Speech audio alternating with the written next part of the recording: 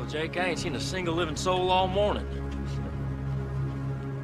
Must have been a fiesta last night. Y'all overslept. Yeah. There's the first customer of the day. My pretty old buddy, young candid camera. Where is he? I'll be a few minutes before he gets here. I'll take a whiz.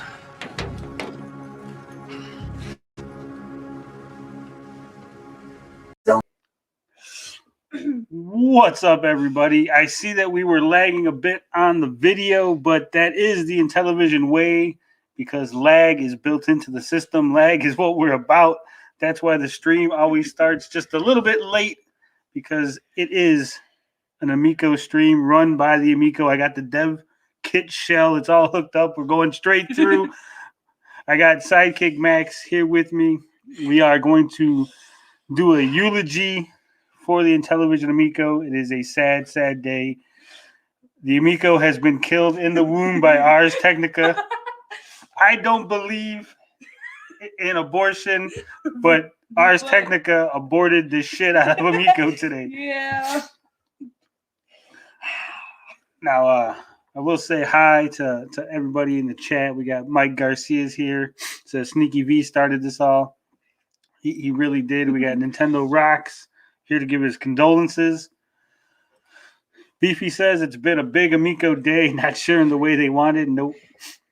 Luke Skywalker says we were a minute late. We're not a minute late. We were running on Amico time. On Amico time, we were just perfect. We made it. 56K warning says Amico cult having a busy week of damage control. It is overflowing. We got Isaiah Israel in the house. It's definitely not an Amico day. I had an Amico day because Amico has made my day so great. I'm like a kid on Christmas morning. I'm so excited. I was tired from all the excitement. I almost didn't do the stream. I was getting really sleepy. Yeah. Sidekick Max wanted to know what was wrong with me. I said, all the adrenaline had built up all day from reading the article and all the great responses to it. I don't follow this as heavily, so I'm not as excited. I'm pro-life. Who said that? Luke. Luke is pro-life. Me too, Luke. I am pro-life. We're not going to get into that. Yeah, we're not going to get into that. It's not that kind of stream. Nope. Maybe next time. Maybe for the Wednesday show. What else we got? Who else is in the house here? We got Continuous Jam. Says hi. Sega Snatcher says Tommy's going to sue us all. He That's probably right. is. He can't sue a kid. He could try. Amico got featured on Bad Legal Takes on Twitter. It Nice. did. Nice. So, It's not dead yet. legal's incoming. Who said it's not dead yet?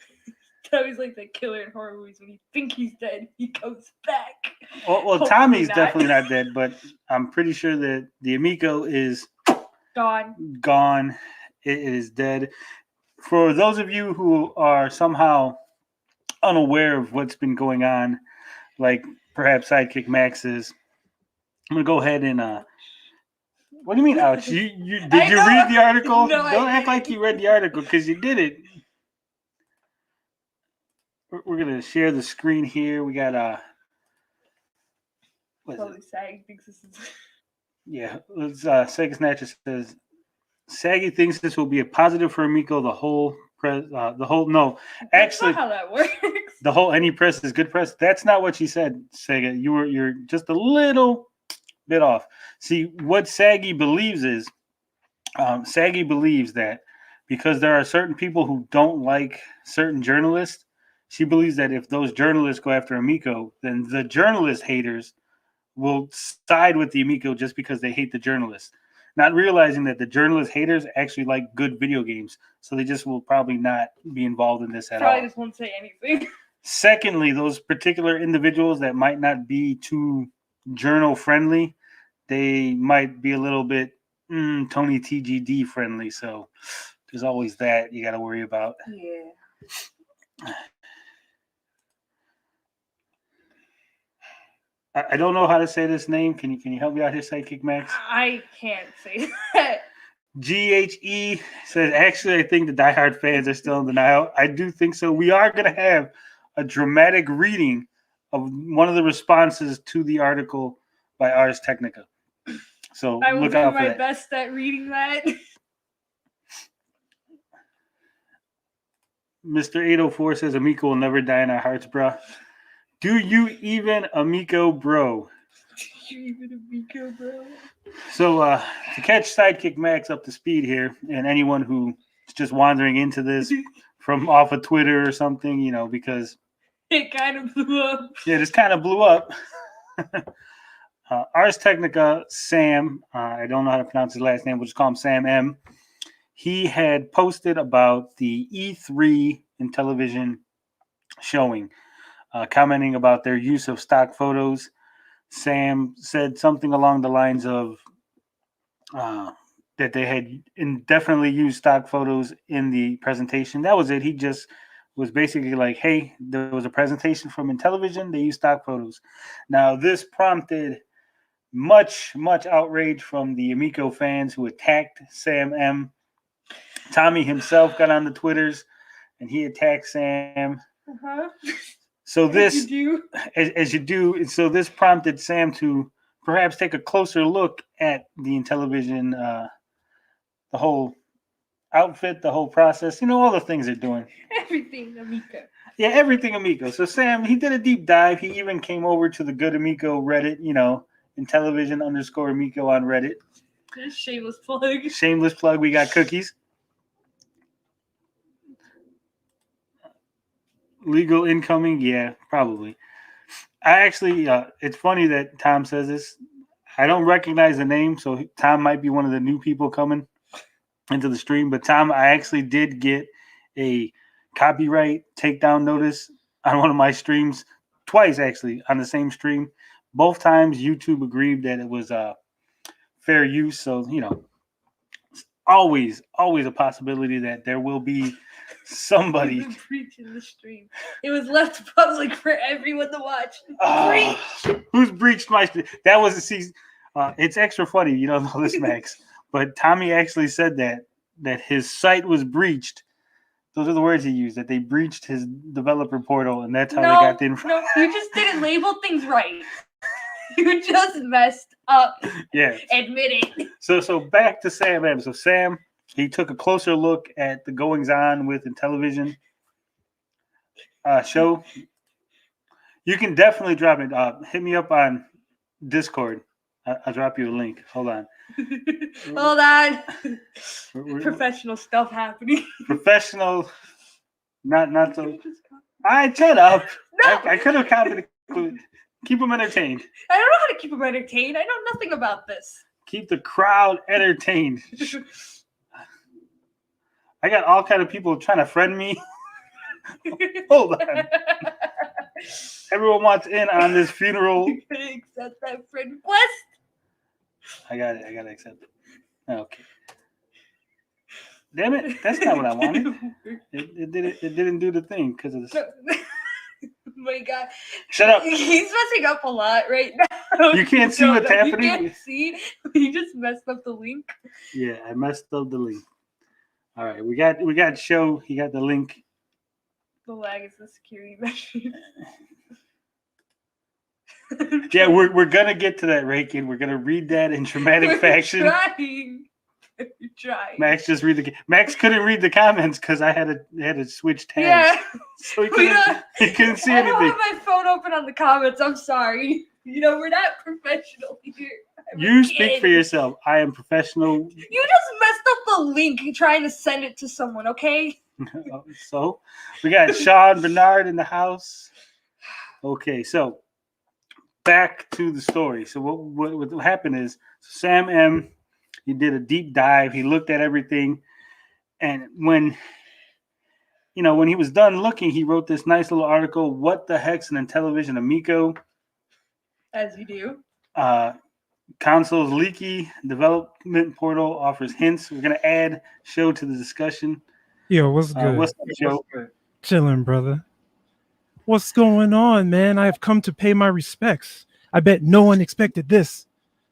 What is nobody going on? expected. We got show in the house. Anyone else out there? We got 24 people watching. Anyone else want to come in, join on the Yeah, come on stream? and join in on this. You got to get in on this. Come on, this is like the day to be remembered. This is Oofmas for some of us. You know what Oofmas is? Oofmas is the best time of the year when you get to see the whole thing burn down from all angles. You can't even believe. Okay. Yeah, Oofmas is like Christmas, Kwanzaa, Hanukkah, and that weird holiday. It's all together, brother. It's all together.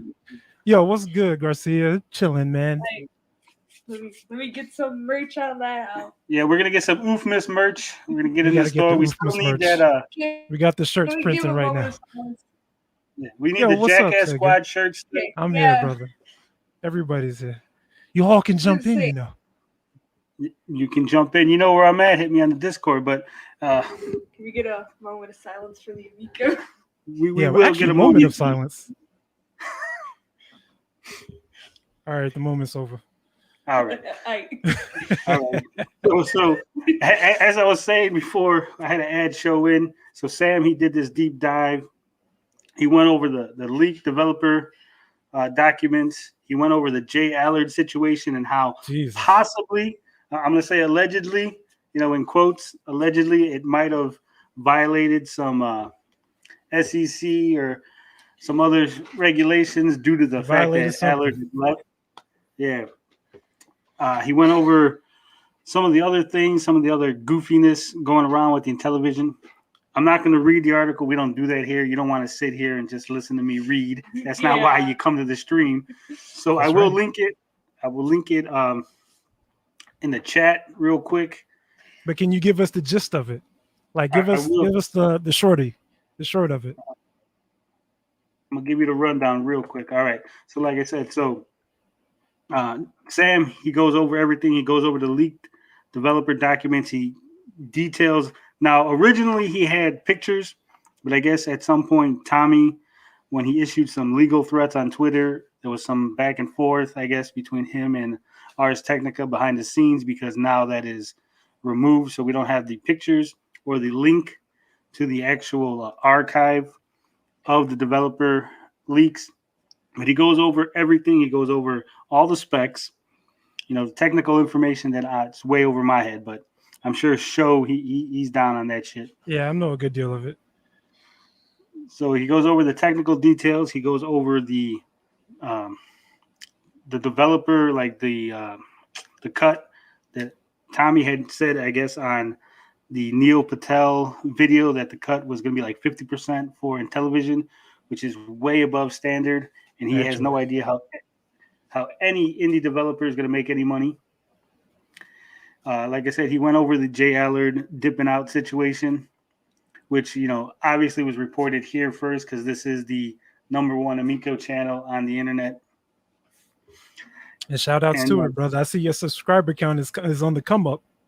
It is. And you know what? I'm not even doing this for that. Everyone keeps saying that I'm clout chasing, that I'm here chasing this Amico clout or some bullshit. There's other clout chasers that's actually chasing for the clout.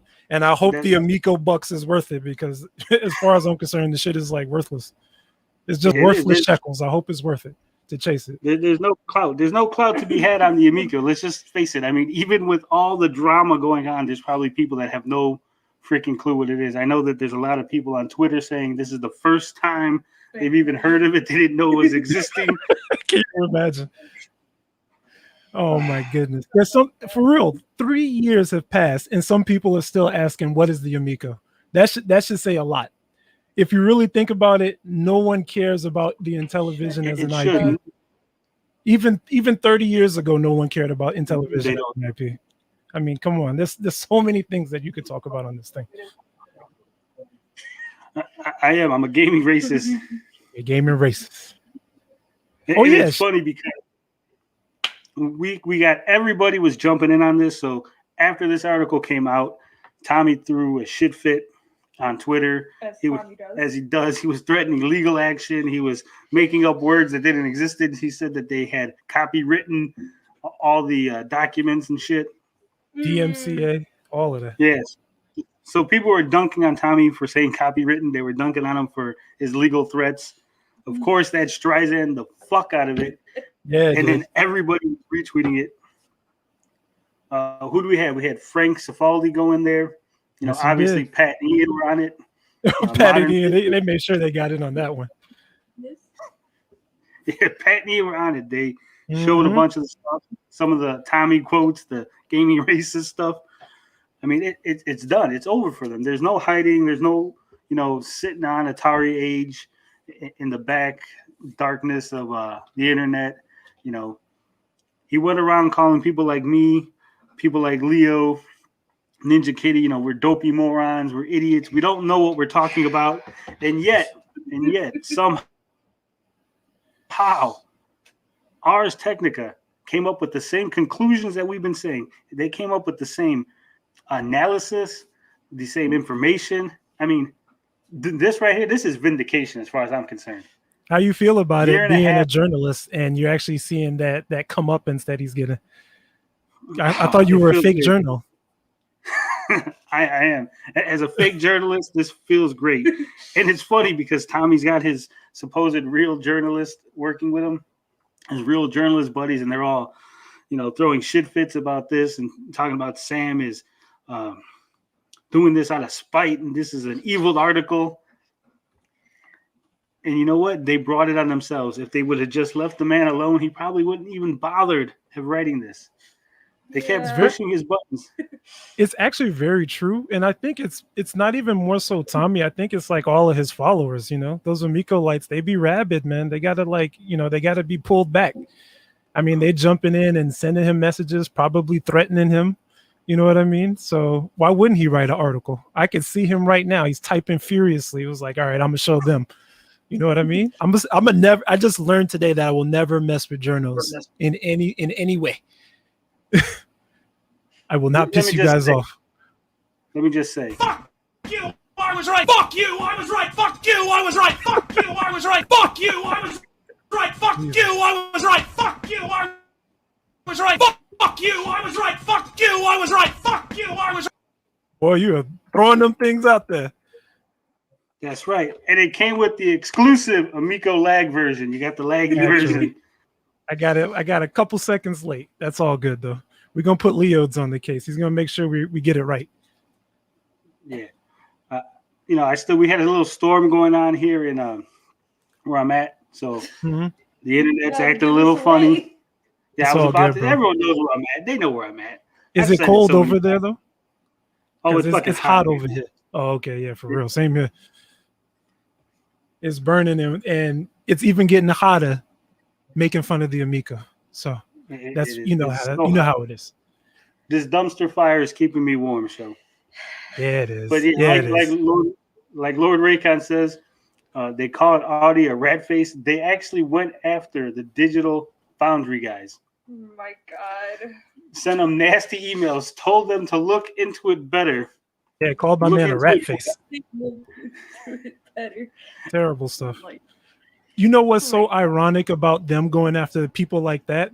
It's not even as bad as say going after Pat and Ian, because Pat and Ian, for the most part, they're gamers, they're collectors, but you're going after people who will actually do due diligence. Like these guys are so obsessive, they count frames. You're talking stuff like Leo's. No, these guys actually count frames and they have videos on frames per second and how graphic quality and all of that stuff. Like this is like next level stuff. So of course they were just going to go in and be like, all right, let's see what's going on.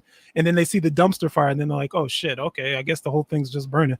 So let's just be honest about it. So they did it to themselves. They did it to themselves. They could have avoided it all. And you know what? And I want to copy the clipboard, okay? It's one button. I don't want it. I'm sending For Carl real, to find those receipts. Yeah, God. You got people joking. And here's the funniest thing. You know, like I said, for a year and a half, almost 2 years, I've been following this. I've been reporting on it. I had to deal with this. And, you know, every step of the way, Tommy's been calling me an idiot, a moron. I don't know what I'm talking about. I'm completely incorrect. At any point in time, if he, fake journalist, if he would have just stopped being an ass, looked at what I said, processed the information, none of this would have happened. He could have avoided all of this. All of this would have been fixed up, cleared up. By the time Sam got to it, he would have had a nice, good fucking Amico running. But no. Are you sure? You sure the Amico will be running? I don't know, man. I just don't know. I don't even think the thing is even taken off of the landing pad. You feel me? Well, if you've seen the developer documents, they got basically a board off of the fucking shelf, and that's the Amico. Jesus. I mean, there's something to be said about that. It could be good if you play it correctly, but I mean, his ambition was just too big, you know? He wants 50 games. He wants like everybody to come in. He wants to do it all within a short span of time. Does he really expect like these developers to like rapidly develop a game? I mean, it's one thing to get the hardware done, but software is like a totally different ball game. And you need time to do it, and you need extra people to make it per game. Well, you know, if what Tommy says is to be believed, a lot of the developers were actually working on multiple projects. Crazy. And Tommy was insistent that he was going to do all the audio for all the games. God bless. And I'm sure that slowed it down. I'm sure having developers jump and hop around from project to project slowed it down. Right. And not having developer boards and telling them, hey, just grab this stuff off the shelf that's basically the same thing, and it should work. It should work. He doesn't know. He doesn't even know the firmware that's supposed to be on the stuff that he sends to journalists. So how does he know? He doesn't know anything. I feel bad for the actual guy that's running the show at Amico. Yeah. Yeah. I've said this before, joking, but you know, sometimes it feels like it's a producer's type of scam. Right. You know, and Tommy's unaware of it, though. That he's not in on the scam. That they're just using him to tank the system so they can keep the money. It's amazing. It's amazing stuff, man. How's it going, bitches? Yo, what's good? Are you having an Amico day, Carl? I guess I don't know. Closest thing possible, I guess.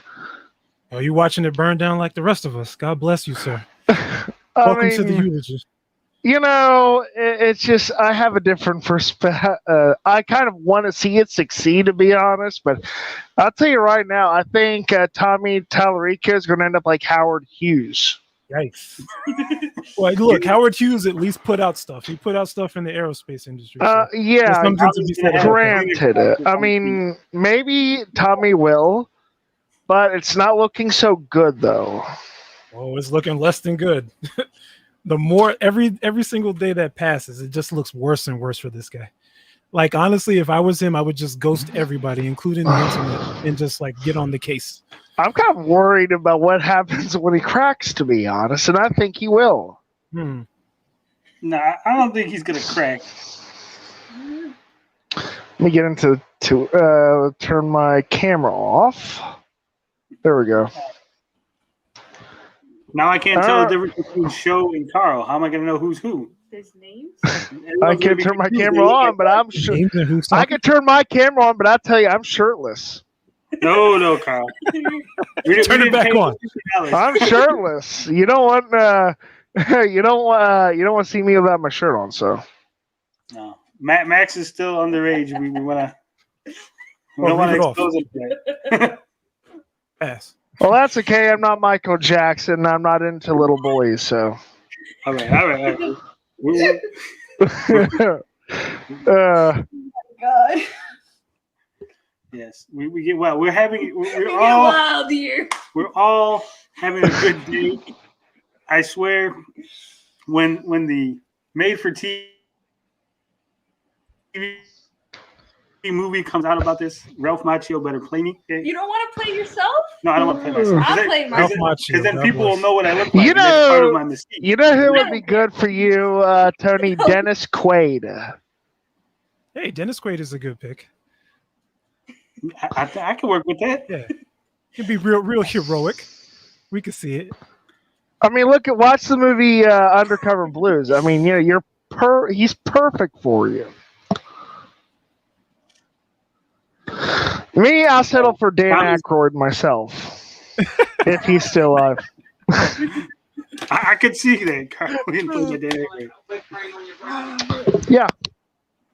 Tommy's mega-sized ego won't make him crack. He's already cracked. Have you seen the tweets? The tweet storm. And Tommy Tallarico, I mean, you got to pick Tom Arnold. No, Danny DeVito. Oh, Danny DeVito. Okay. I like Danny DeVito too more than I do than the other guy. So I don't know. Disrespect Danny like that. Oh no, the disrespect to Danny. We can't do Danny like that. We can't do Danny like Oh that. no. Danny DeVito's cool. I mean, watch the movie. What's the worst that could happen? Really phenomenal movie. I love that movie. That's one of my It's a great favorites. movie. How is it that we always come on the stream to talk about Amico and then we just start talking about Because we're cool. That's There's nothing why. wrong with movies, bro. There's nothing wrong with movies. There isn't anyone. Yeah. yeah, Mr. Beefy's invisible wife on the documentary is going to be awesome. It's going to be That's like fine, dude. Don't worry about it.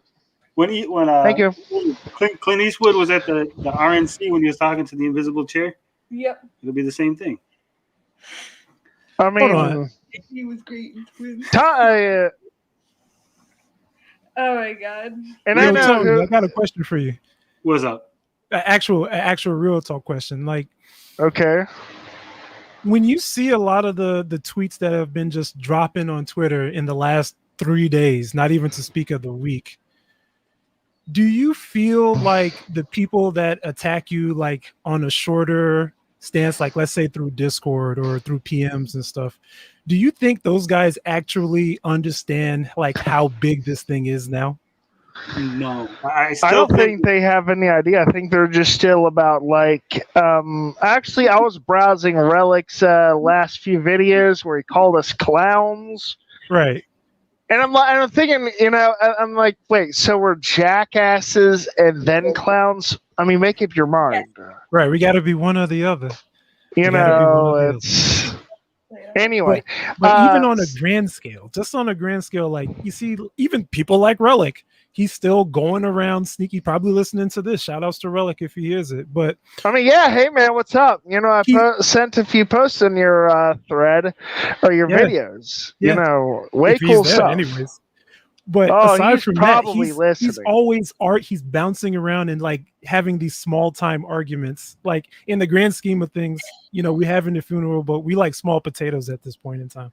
That dude There's is so many larger definitely. people that is dunking on this thing. Well, I might be the chapter. Go on. Sorry. Hold up a second, Kyle. We're not small potatoes. Here's the thing. There's a ecosystem in journalism. There's an ecosystem? Okay. Ecosystem. You see, Tell me about it. Just like the food chain where, the animals on the top eat the animals below them and so on. Now, we're on the bottom of the food chain, right? Right. But Frank and all them, that's where they get their information. We collate the information and then they take it from there to a bigger audience. Actually, the process. Yeah. So if it wasn't for us, if we weren't out here putting in the work, none of this would be possible. So a big shout out to all you guys. Shout out to the low people. Yeah. To Ninja Kitty, to Beefy, Sega Snatcher, to Dorkalicious. All you guys, you put in the work. You did it. Yeah, you did it. People think that we just waste our time. This was all foolishness and, we should have just moved on. But this proves that what we did actually meant something because people are now aware really of caught on to it. Yes, sir. And like Sho was saying, I don't think that, all these Amico shills, as we call them, as we jokingly call them, I don't think they're aware of how big this is. When you go and threaten journalists with a lawsuit, that's not something that they take lightly. Journalists, real journalists, this is like a brotherhood. When you threaten one of them with a lawsuit, all of them are going to get fucking pissed. Damn, as I learned today. So I expect by tomorrow we're going to see some Tommy Tallarico articles, some more Amico articles pop up. It could be very well, other outlets just linking to the Ars Technica.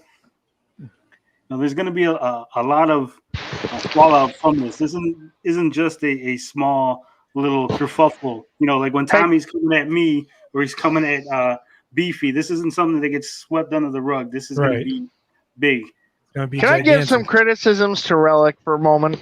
Yeah, go for it. Okay, so your Amico, your 3 Amico Clowns videos, you really should have combined them, just because it would have looked so much better. Maybe add some background music, like the Entertainer works, stuff like that. I mean, if you're going to make fun of us, I mean, you could have done a better job. He could do much better. He could do much better. And yeah, I mean, you could have just done a better job. And I think your audio quality was a little bad. Oh, come on, Carl. How are you going to hit on someone's audio quality? I have bad vision. I have great hearing. That's why. I didn't even watch those videos, Carl. I seen them. I didn't even watch them. I did out of morbid curiosity, but I didn't spy. I went in and I interacted. And I explained my reasons why I don't think the Amico will get the shelf space. If it even releases, come on. I mean, who knows?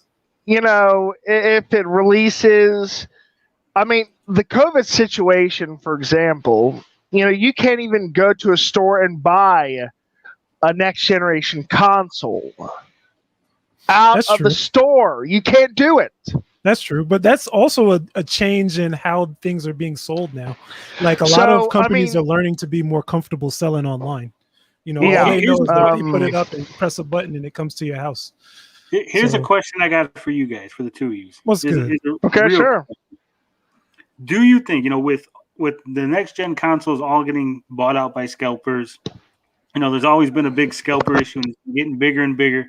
Do you think that Tommy's been trying to create hype in order to get scalpers to buy out Amico stock? Because he makes money off of everyone. Unlike the PlayStation and the Xbox that lose money per console, the Amico supposedly makes money per console. So if scalpers buy Amicos, he's not losing anything. He's actually gaining a shit ton of money right at the bat. So do you think that he was planning on trying to get scalpers to buy Amicos? So that's actually a very interesting question. I'll let you answer this one first. Okay, sure, I got it. So that's actually an interesting question. There's something to be said about scalpers just buying everything. We could use PS5 and Xbox Series X for an example. We can use smaller outfits like Analog, for example. I've even seen some scalping of like the things like the Evercade and even stuff like I would say even smaller outfits. Like, for example, I'm really big on the retro gaming scene. So I have a RetroTink 5X. So I realized that a lot of even those types of products are being bought just for the purposes of scalping. So there is something to be said that maybe he is trying to aim and hope that it gets scalped and gets bought up and he makes some quick money off of that. So yeah, that's where I'm at on it. And honestly, I think I showed you the Patreon video from Bithead 1000, and he was saying, like, he was straight up telling people, like, look, you should probably buy the Amico because it's going to be a flop right out the gate. You can use it and you can turn it around and sell it on eBay for big bucks. So who knows? I don't know. It's something worth thinking about. What's your thoughts on this, Carl? Well, I would sort of say, first and foremost, you can get an Xbox Series S for $350 on eBay. No, there's no way. Yeah, totally. I saw. I did some research. Yeah, and there's only for $350, not like closer to $500. Well, $350-ish. Okay, Well, I mean, so that means that they're not making much money if they're trying to scalp it, though. They know that the demand for the Series S is not that high. That's true enough. So remind me what the question is again, please. Do you think Tommy was aiming to get scalpers to buy Amico so he can make a quick profit? I'm trying to think of a nice way to put this. I don't think he's that smart. We don't have to do nice. You can be as mean as you want, like, apparently. He is not. I don't think he's that smart. I mean, here's a guy who's going around calling people gaming racist, Honestly. and then blaming it on his heritage. Show, let me ask you an honest question. What's good, What's your national race? My whatever? ethnicity? I'm Nigerian American. Okay. So let me ask you an honest, legitimate, question, and you'll see exactly where I'm going. So let's say you did something terrible. Would you blame you being Nigerian for it? No, of course not. Thank you. That's exactly my point. You're just a bad person. It doesn't even matter what race or ethnicity or, you feel me? And that's exactly my point. I mean, he blames it on his heritage. Right. Oh, blaming himself on being Italian? That's the reason why he's like, I wear my heart on my sleeve or whatever, the usual stuff. Yeah, we've heard it before. I live just like 70 minutes away from Long Island, so I hear that all day. So non-white people, to their credit, and that's what I love about them, they don't do that. No. They don't do that. People in general don't do that. I think Tommy suffers from Italian people personality disorder. I don't know, but it's like, and that's my point, is like he blames it on that, and he says all this other stuff like they're psychopaths and right. I mean, this guy is not qualified to be an intelligent human being. Man, He's not wrong. I'm not so certain he could pass the tests. He'd be like just under average on the IQ test. You're going ham on him today, aren't you?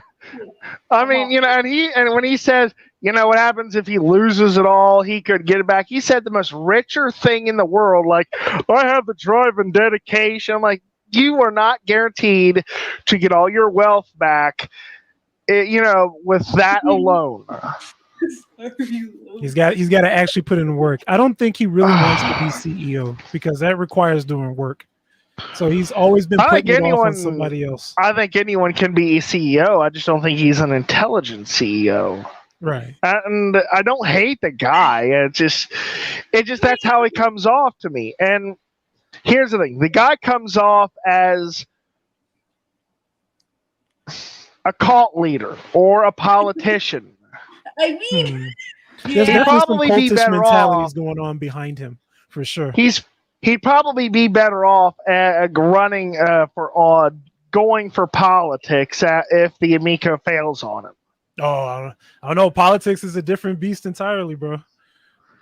I mean, like, he kind of reminds me the way he can kind of suck you in and make you think like you knew him since the third grade or something. Kind of reminds me of Bill Clinton or Barack Obama.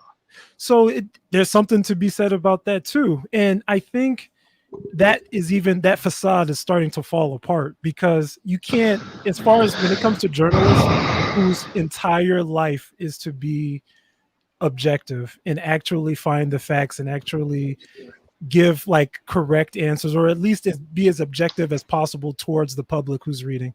You can't do that. You can't have the one-on-one chatter that he's trying to do. He reminds me of people down in New York City, like the guy in the alleyway telling you like, hey kid, come over here, let me show you something. And once you get over there, he like opens up the code and shows you like all the things he's trying to sell you. So you can't do that. You can do that with normal people, but you can't do that with journalists. You can't do that with people who actually fact check. You know what I mean? And you can't do that with people who are objective and see beyond facades like that. So it's starting to fall apart for you, boy. Unfortunately. Here's the thing, Show, and I think a lot of people, they don't realize this, that journalism, especially gaming journalism, it's evolved. Right. Tommy's still stuck in that 90s where gaming journalism was basically just another marketing arm of the video game companies. So him and those guys that he hangs around with, Michael Mullis was throwing that fit, talking about that he saw the Phantom console and he didn't come back and rag on it. He just reported what the studio had told him. Well, the Phantom console never came out. It was vaporware. It was full of broken promises. If he came back and reported objectively, he might have actually saved people from investing in that disaster. But instead, he just towed the company line and basically helped sucker in people into this fictitious console that never came out. Now, do you think that is a bad thing per se? Sometimes some people would say that's just protecting like the interest of the company or the message or whatever. Do you think they should be a little bit better about that? Well, here's the thing. When you're a journalist, your audience is who your customers are, okay? You know, right. In television, they got customers. Well, a journalist got customers too, and it's the people that read your stuff, who trust your opinion, who trust your facts. You know, if you're just going to spill the company line, if you're just going to follow the spiel that they give you, you got to let them know. You got to say, hey, this is a press release from such and such company. You know, basically, you know, take it for what it is because it's a press release. It's not my word. It's the company's word. Right. If you look at my stuff, if you look at my articles on my website, it'll says clearly in the fucking headline, press release, and then what it's a press release for. And you know that nothing written there is from me. It's just basically copy pasted from what they sent me. Right.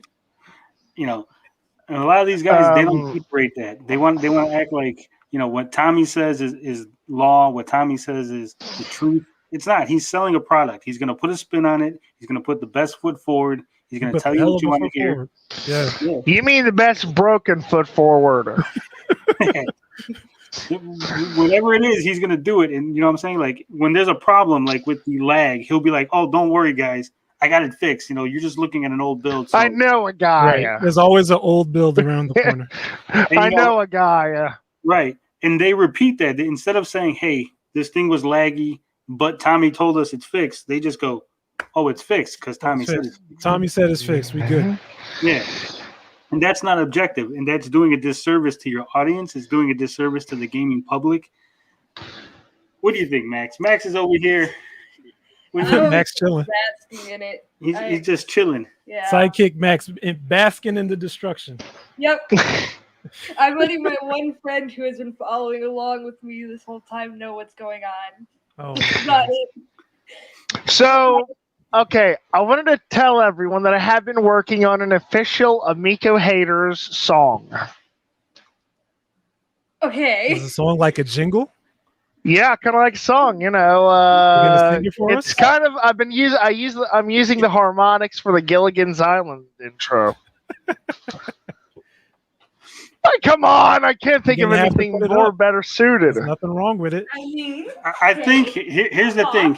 In my opinion, they already have a song for the Intellivision Amico. There's already an Amico song. We're going to play it right now for you guys.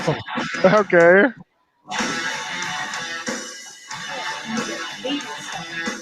That's enough. That's all we can use. Yeah, we don't want to get.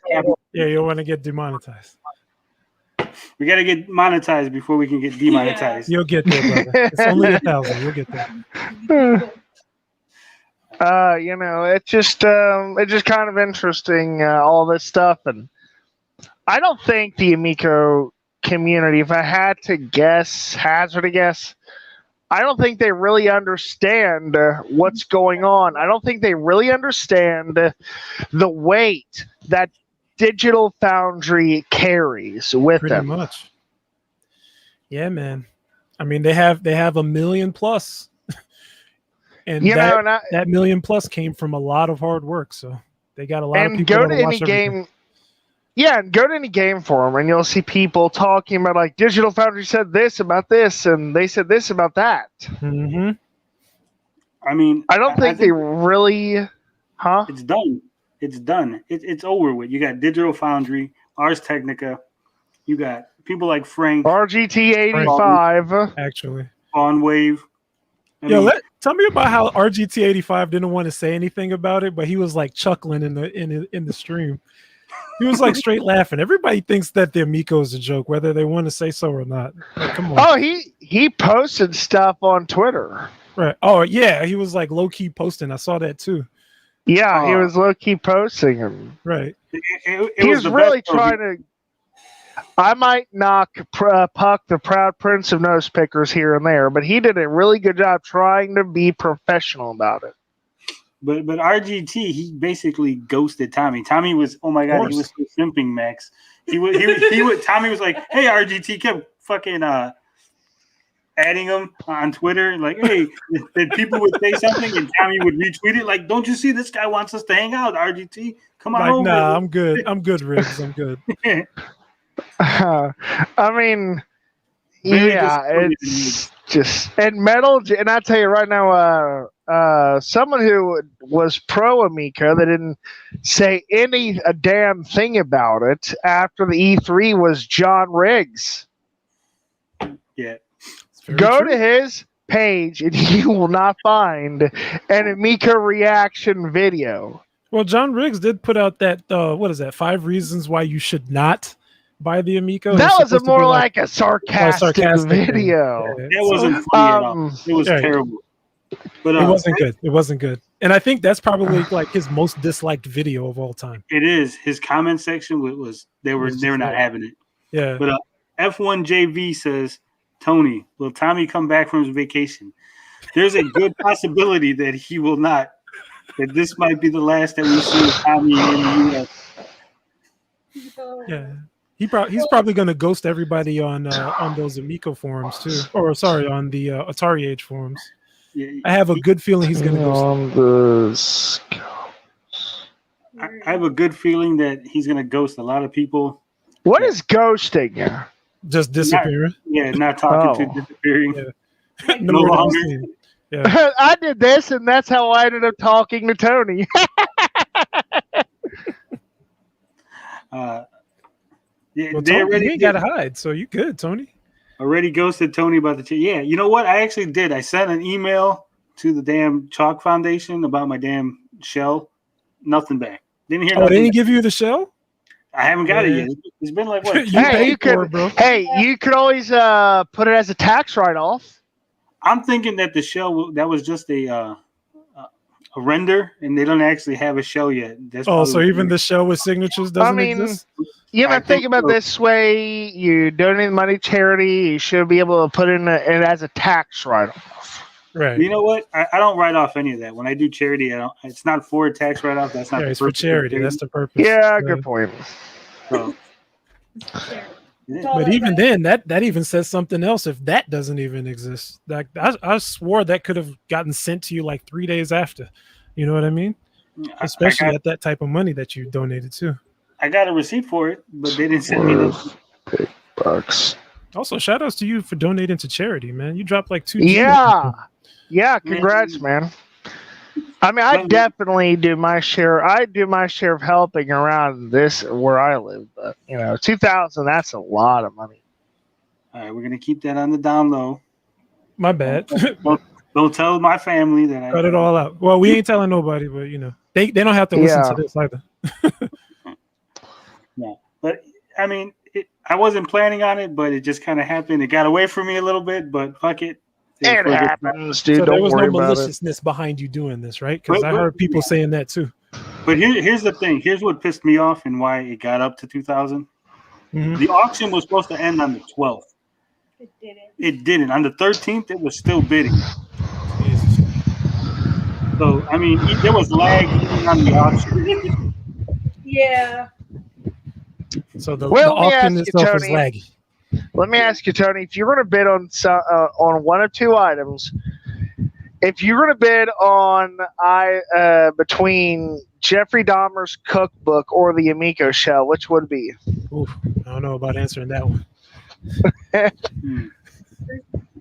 Personally, I take that's pretty cool. Is it a signed cookbook? Yeah. Because the shell is signed. But it's Jeffrey Dahmer. Did you hear how it's like his glasses? I like the way Max is just rationalizing this, but it's Jeffrey Dahmer. No, people like romanticize Jeffrey Dahmer. Okay, if you got his cookbook, damn, he's going in on you now. What you can make off of that? You know, that's what are you saying? Are you saying? See, Relic, this is plenty of material for your videos. Here's a question: if the Amico doesn't come out, if it never releases, will the shell be worth more money or less money? Oh, that thing's gonna be worth more. It'll be worth more. Yeah. It'll be worth even more if Tommy Tallarico ends up dead or something. No, we don't wish Carl. anything like that. All I'm not pause on joking. that I'm one. just We're saying not that's wishing how. death on anybody. Yeah. I'm not wishing death on anyone. I'm just saying that's how art works. I'm just But it's saying not that's art. how art works. And logically, that would probably be the case with the shell. That's all I'm saying. You gotta keep it. It's logic.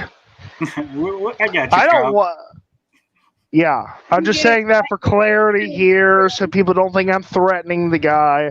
Right. I don't care enough to threaten him, to be honest. Understandable. Look at that. We got some new faces here. All right, who do we got? Dutch and Newman.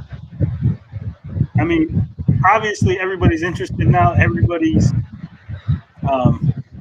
talking about it. You gonna keep going with it? You gonna keep going with it, Tony? Even though We're gonna everyone's keep talking going. about it, you gotta continue to be the he forefront of is. this thing, bro. We're gonna see it to the end. We're gonna see it to the. He's finish like line. OG Amico hater. For real. No, I'm not even a hater. I was dragged into this. I hear that. Humble, huh? I tried. I hear tried not that. to. I didn't want anything to do with this. I just wanted to write an article about the thing that happened. Much Yeah, like Sam, I just wrote an article, and then next thing you know, Tommy's attacking me, calling me names on Atari age, and My father's very petty. yeah, I'm very. For the people that don't know, you talked directly to Tommy, didn't you? Like in PMs and whatnot. Yes, I did. I talked to Tommy. He may have, he may have talked to Tommy, but I'd like to think I get a little better ranking since I turned down an interview with the guy. You turned down the interview, so you both had like some dealings with him before all of this. I turned down an interview, and apparently I was the last guy on earth to interview. He approached, so. I mean, he approaches a lot of people now. He's still got the code open for people. You can still come and talk to him one-on-one. So he can convert No, you he real quick. blocked me. So yeah, Tommy blocked me hardcore, so I don't care. Carl ghosted Tommy. Yeah, he did. But Carl's the ghoster. I did have dealings with him, and since I think I've showed this. Tommy said that I could show these DMs before, so I think we should go over them again. Yeah, go for it, bro. I feel a lot of people should know about that. Yeah. So, Carl, sing us a song while I pull them up on the screen. Okay. Let me see if I can remember the friggin'. Let's see. Okay, I'll go from a few lines of song I was working on. All right, you ready, folks? Yes. Go for it. All right. Just sit right back and hear a lie told by a masshole richer guy, a lie about the Intellivision Amico, while it sits there and dies. And that's all you got. That's all I stopped for now. So You got to keep going. The cadence of that song sounds good. I wish I don't remember how the harmony goes. I gotta watch it a few times. So I mean, maybe with a little work, I could adapt one to the SpongeBob SquarePants song. Yes. But I It won't. sounds like Max is all about it. I won't though. I'll come up with it. Okay, go for it. Hey, you go for it. I would need like 10 minutes to figure something out. Not right That's now. all right. I can't freestyle it. Who created a crappy presentation at E3? Tommy Tallarico. Do you guys think that Tommy's gonna actually come correct and actually put out decent videos now? No. Do you think it'll be more of the same? He's like Donald Trump. You can't say that. I'm not even trying to be political. I mean, you look at how the guy, declined in his term. I mean, it's not all that different. Well, honestly, if he was a lot like Donald Trump like doubles and triples down. He doesn't like delete tweets You know what I mean? True. If Ooh, he that's says true. what he says, and that's Now, what it is. But Tommy keep is that like mi- backtracking. Now, keep one. I'm thinking I liked Donald Trump as a president, so it's nothing personal when I say that. Okay. No, he does have a little bit of that Trump energy, but he be backtracking, so I don't know. Yeah, you're right. Donald Trump would never backtrack. No, so, but I think that's a lot more of Tommy, like he's like the grandpa that's trying to use Twitter. Like you can't just delete tweets and not Gee, expect my like God, everybody to screenshot this thing. He's You like, can't gee, my hide from God, it. how do You I gotta be post better. this? I thought I posted the right way, but it's gone by cracky.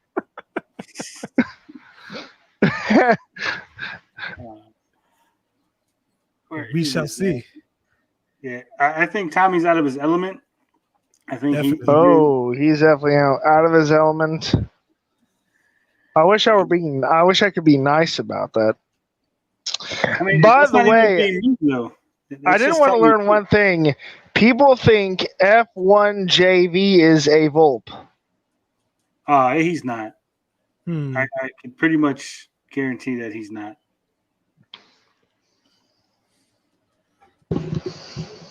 Where's his name? Are you struggling there? Yeah, I'm struggling to find this thing because I label my shit really weird, so I can't find it. Maybe Tommy. You better Maybe be on the Tommy case, brother. Tallarico paid a neighbor kid to hack your account. It could happen. Well, because I got so much shit here. I got all these different files I got to go through. Damn, you better catch up, bro. You about to let all the other ones come out with those articles, man. You got to be the forefront, brother. Yeah. And you think that Don't all let of these them, articles are going to start coming out tomorrow? I do. I think tomorrow, probably around noon, we'll start seeing some. Unless keep on Tommy's coming. really, if he's got some connections, he might be on the Totally phone. wrong and every. Oh. Yeah, we'll see what happens. Me, I'm not so sure.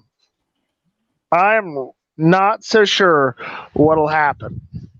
Don't really want to say it'll happen, but I don't know. I'm kind of curious what Relic's next video will be. He's obsessed. He is, bro. And it's not even being obsessed over what he should be obsessed about. He's obsessed about other people and their opinions. So it's a different type of thing entirely with him. Now I did post. I don't know if you probably didn't see the video I posted on my page, but basically I posted a thing where I reacted like I got a new Amico, and actually, can you link that, Tony? I don't know how to get to this stupid thing. Actually, just go search for Lavos or All Against Amico. All Against Amico? All Against Amico on YouTube. Hold on. Let me. If the avatar is a tentacle monster, then you found me. Yeah, I got you. Yo, P.O. Box Christmas. Show is show, man. That's just who I am, brother. I'm just another guy who's watching the dumpster fire along with the rest of you. Show's the man. Show is the secret hater. He is another. Don't quit your day job, girl. Dude, I know. I'm bad at singing. No, man, I'm just a guy. I love it just like you guys. Here is Carl's tweet that he was talking about.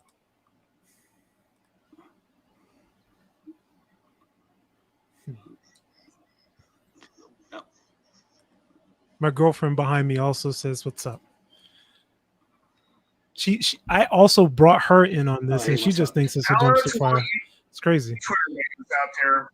Lavos here, wanting to show you something. My vintage wood grain Intellivision Amico finally came in.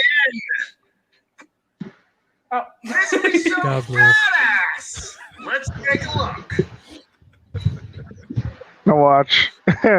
And, all right, guys, you ready? This could be super cool. Here you go. Wait a minute. You know, it's kind of a grain marble.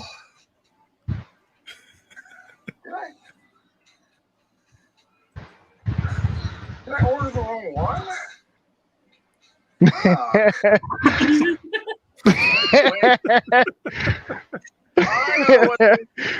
That was a really fun video to make. Badass grill at the top. And the wood grain. It's so beautiful. My dad helped me put the skin on. From me. Hey, you have a completed product, so Yeah, something that we can see. It's tangible. it turned out okay. I really had a hard time finding a good skin out of the place I was looking at through, and I saw that and I thought, that kind of wood grain. I could have my own wood grain console. Yeah, there's nothing wrong with that. You can put it And together. I didn't have to wait till Intellivision released one. Which is going to be in like 2023 at this rate.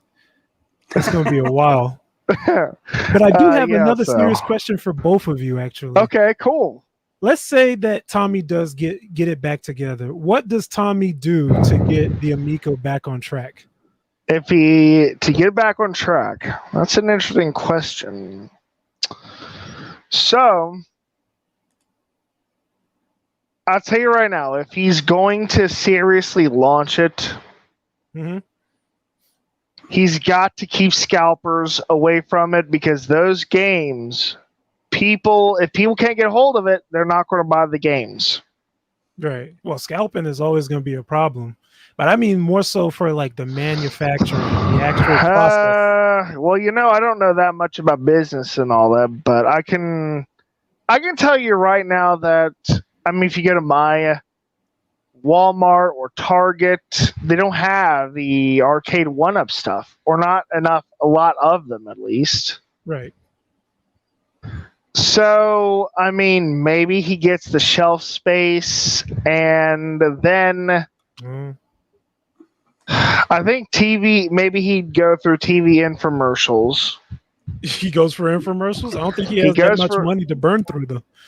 Maybe he goes through infomercials. I think it would, or QVC. And I tell you right now, QVC is a perfect place to get people like me, because that's where I buy all my stuff at.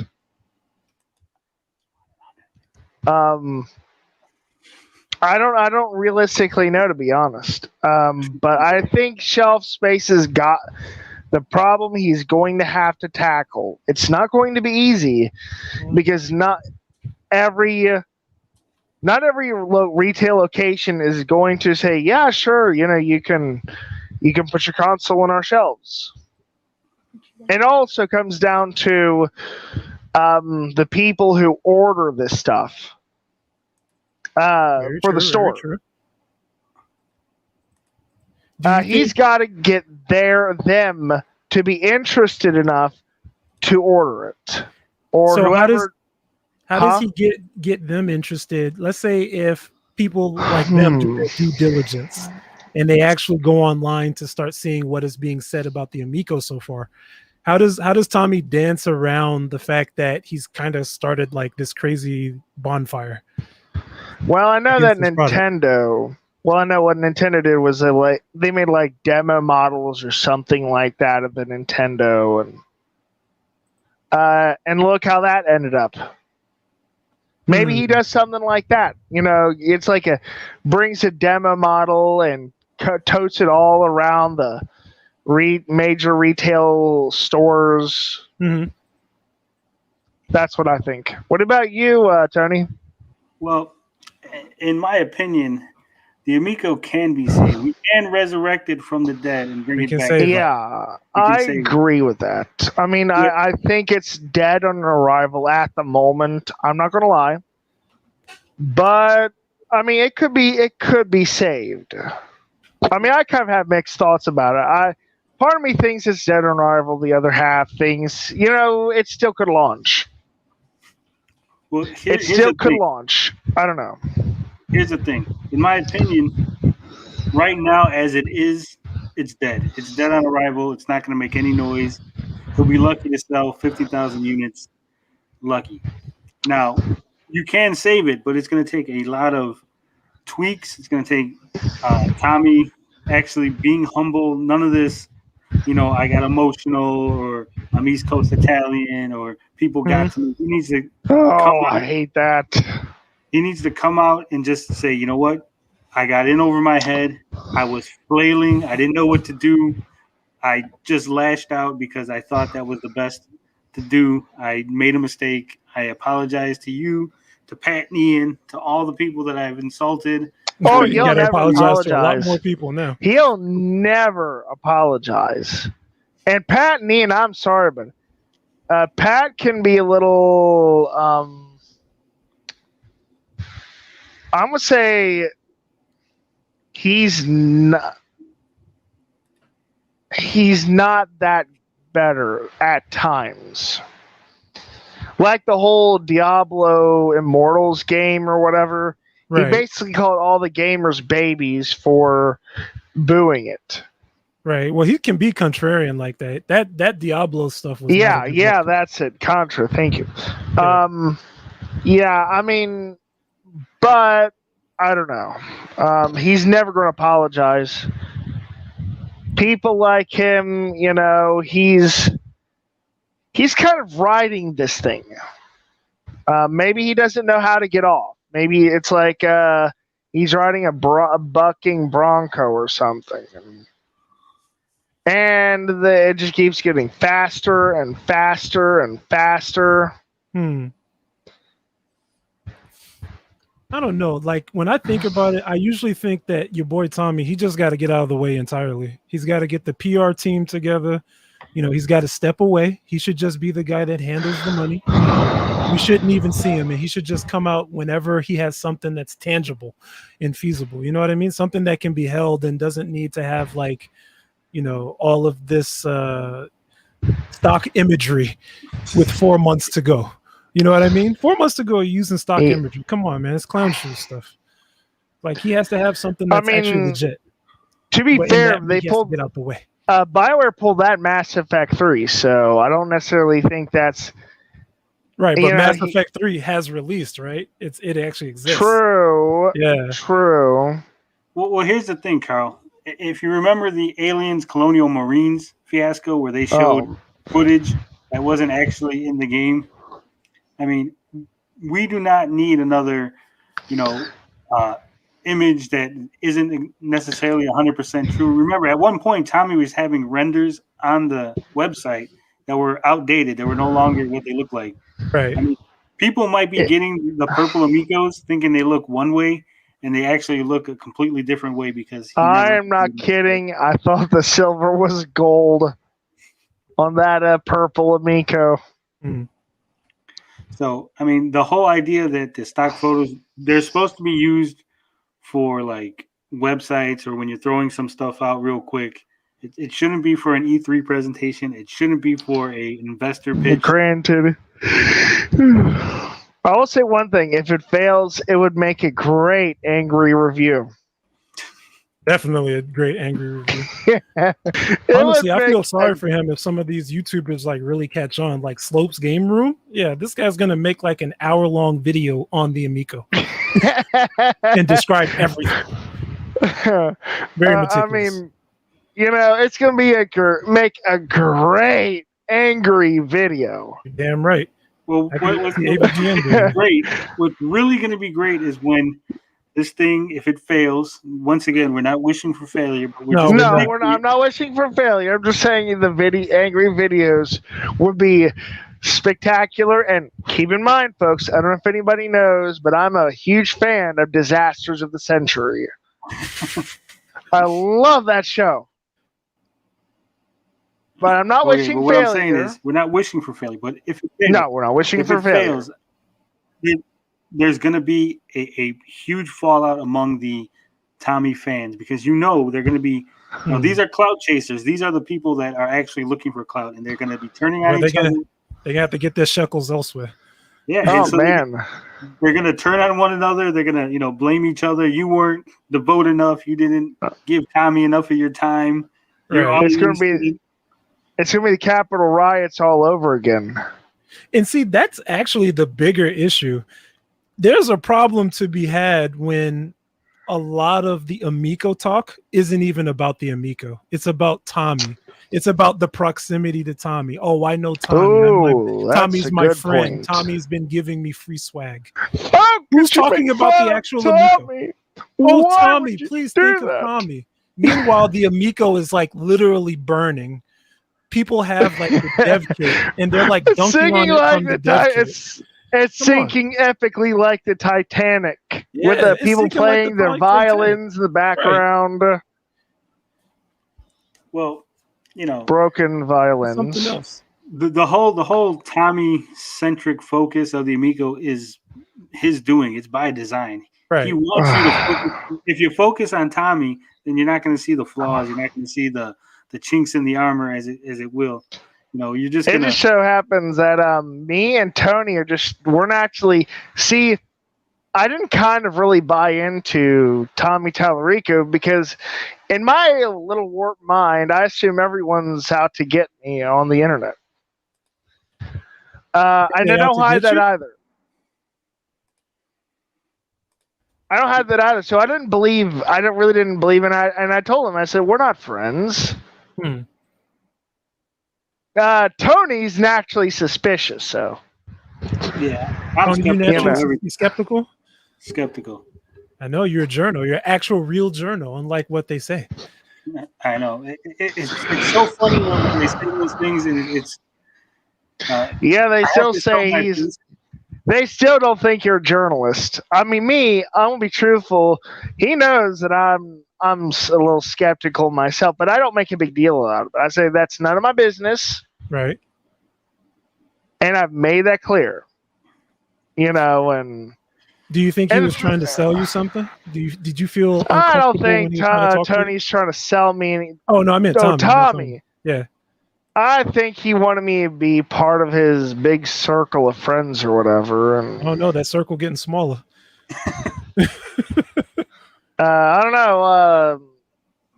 All the Amico After Dark people are still there. Skanky Melons is still there. I don't know about all that. Calling her that at least.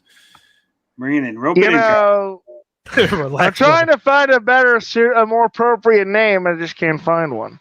Just call her Saggy. Saggy is okay. All right, Saggy Melons. You know, she's as bad as the rest. I thought she wasn't, but you know, she was ruled by her baser urges like all the rest of them. Well, I will say about Saggy. Saggy, to me, she just comes off as a person that doesn't even like the Amico. She's just there for the clout. That's it. She's definitely. She says she's not in it like she's not attention monger. But I'll tell you, the way she was talking in her live stream video about the Amico, it oozes. I like the attention. Right. But ask yourself, does she actually talk about the Amico?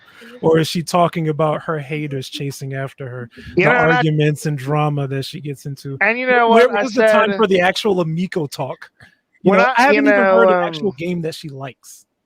You know, I'll be honest, and I told her, this, I said, you're generalizing, putting people into two, the haters and the fans or whatever.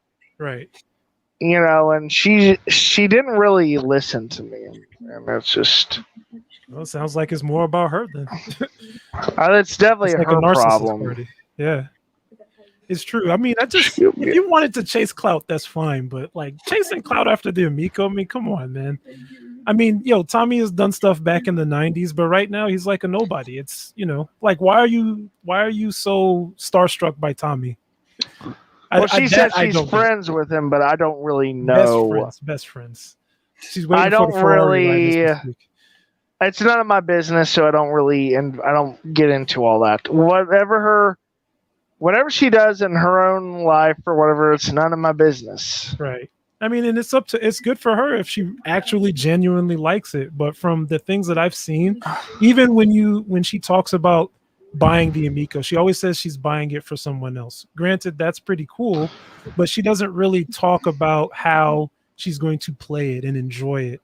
You know what I mean? It just seems like it's just an extension for her. I'll tell you one thing.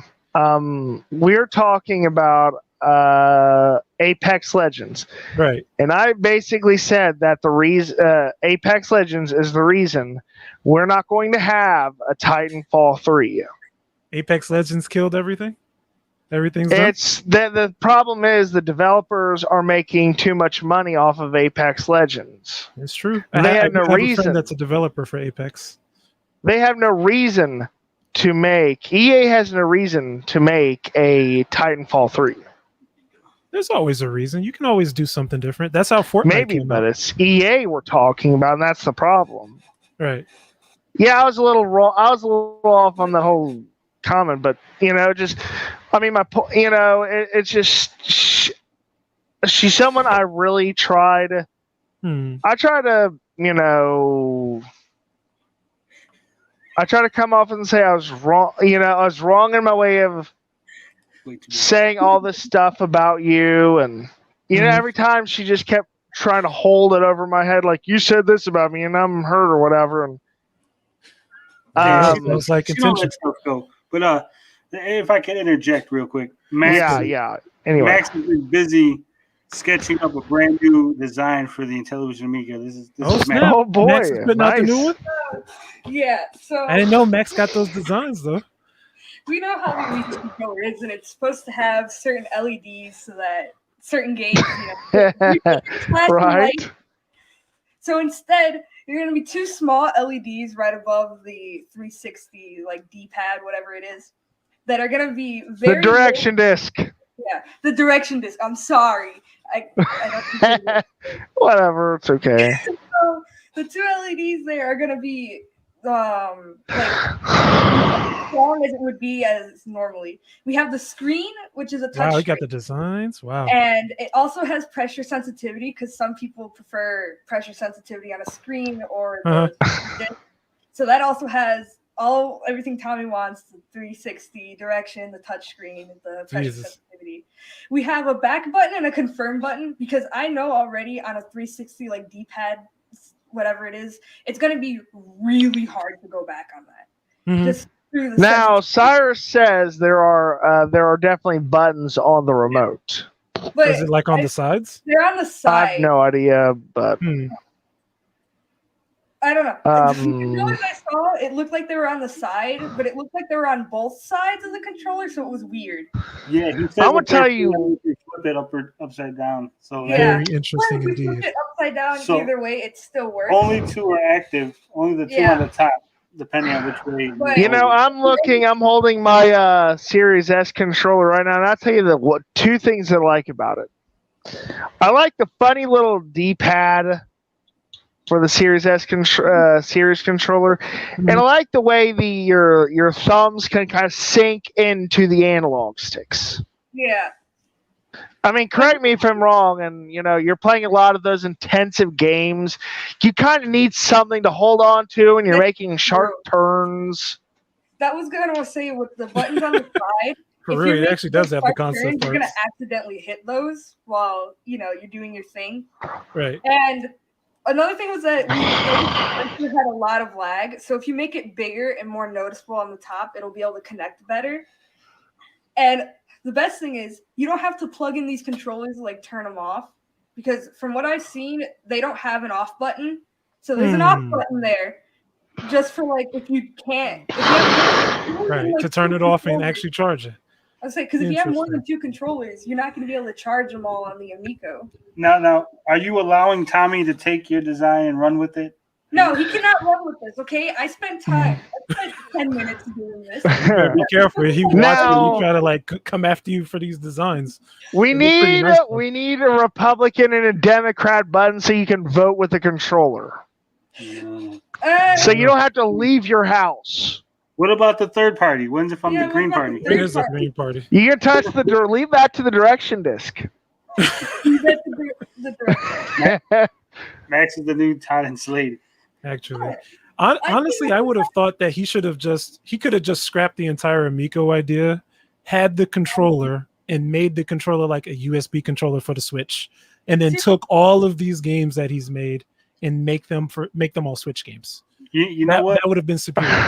I thought so too. Show I was on that for a while. I was saying that he should just have the controller, and make it third party for the Switch. But after seeing the leaked documents of how crappy the controller is, it's not even worth that. I mean, Yeah. Oh, is it? I have not seen it, but is it more of like is it connected through the internet? It's not as close to the metal as it's supposed to be. It's not connected to. From what I read, it's going through wireless Bluetooth. But he's saying that there can only be 1 megabyte of information displayed on the screen. Jesus. 1 megabyte of information. And is that enough? Yeah, I guess it doesn't actually show motion. Right. From my understanding, it's actually just refreshing the images. Wow. Oh, that's all. So that means the controller is even worse than what people are expecting it to be. Yeah. Wow. I mean, Kevtris, by the way, somebody else would be better at this explaining because I'm not technical. By the way, good, I'll tell you one thing. Did you notice when Tommy was talking about the rape game on the Nintendo Switch? You ever notice how hard he had to reach to find that game? Yeah, I'm sure Relic was helping him reach for that thing too, man. But I saw that, and that's an entirely different story. How he was going in on like this. I mean, don't here's even think the mainstream even knows about this stuff. Most people were not even aware of the game. Right. Which means it wasn't a big issue in the first place. And it's so hard to find adult-themed games on the Switch anyway. Well, here's my understanding of that particular game. The game with rape, it wasn't. You're not a rapist. You don't perform rape. So they even twisted what it was. From my understanding, it's a game about a woman who was raped. Okay. And I guess it's like dealing with her trauma, and that's like the point of the game is dealing with her issues. So it's so rape. Okay, I get you now. It's kind of interesting. So it's mentioned, but it's not actually. Maybe there might be like a static screen or something, like giving you the impression of that she was raped, but nothing like, press left to rape or something. Right. So, but that's what they're trying to imply, though. That's the issue. And that was the issue. And the same thing with the CP on the Switch. It was just anime games. Yes, they get a little dicey. They get a little. But I mean, everything's got to be obviously on the up and up, or Nintendo would be, they'd be arresting people. Right. I mean, come on. I'm an old head when it comes to Famicom Disk System games. There are a lot of like anime hentai games in the Japanese market. That stuff has been existing since like the 80s. So it's not even something new. So I don't understand why they use this as an attack vector when it's been something in Japan for a long time. And here's the thing. A lot of the games that they mentioned weren't even American games that got ported over or anything. They were still Japanese, right? And these, you can't even good luck finding these games unless you know the name of it. I mean, that's really what kind of caught me off guard when I started thinking about it. One day, they're like, he had to really try hard to pick a game that had adult themes. Right. Well, here's the thing. He didn't, I know a lot of people, we make the joke or whatever. Tommy was looking for them, but the actuality of it is Tommy simply went on to Google. He put in, Switch adult games or whatever, something, grabbed the first articles he found that he saw. Yep. And just, he ran with it. And I know for a fact that that's what he did, because one of the articles he grabbed was from a website called One Angry Gamer. And it is what was a far right gaming website that is very. They've quoted the Daily Stormer. If you don't know, the Daily Stormer is a neo-Nazi website. They've actually quoted the Daily Stormer. Jesus. Yeah. So, and that's actually why I got thread banned from Atari Age, because I pointed out the fact that the particular website that Tommy was touting was a far right, and they told me that was being political. I'm like, how's that political? I'm just pointing out a statement of fact. This particular website is not a good website. Hmm. And full disclosure, I did work for the website prior to me finding out that the guy who ran it was doing crazy. all this stuff. Yeah. Craziness. Oh, I don't care if you worked on it, dude. It's not that big of a deal. Right. Also, by the way, shout outs to Kevtris for actually putting out like products and stuff. I just wanted to say that. I know I'm that. actually playing Congratulations Super to them. NT, so it's pretty lit. Yeah. Kevtris, he looks like Cypher from the Matrix. Right. You mean the one that betrayed Keanu Reeves? Yeah, he betrayed. Kevtris betrayed Damn. Keanu. How could you, Kev? How could you, Kevtris? What's up, man? How could he?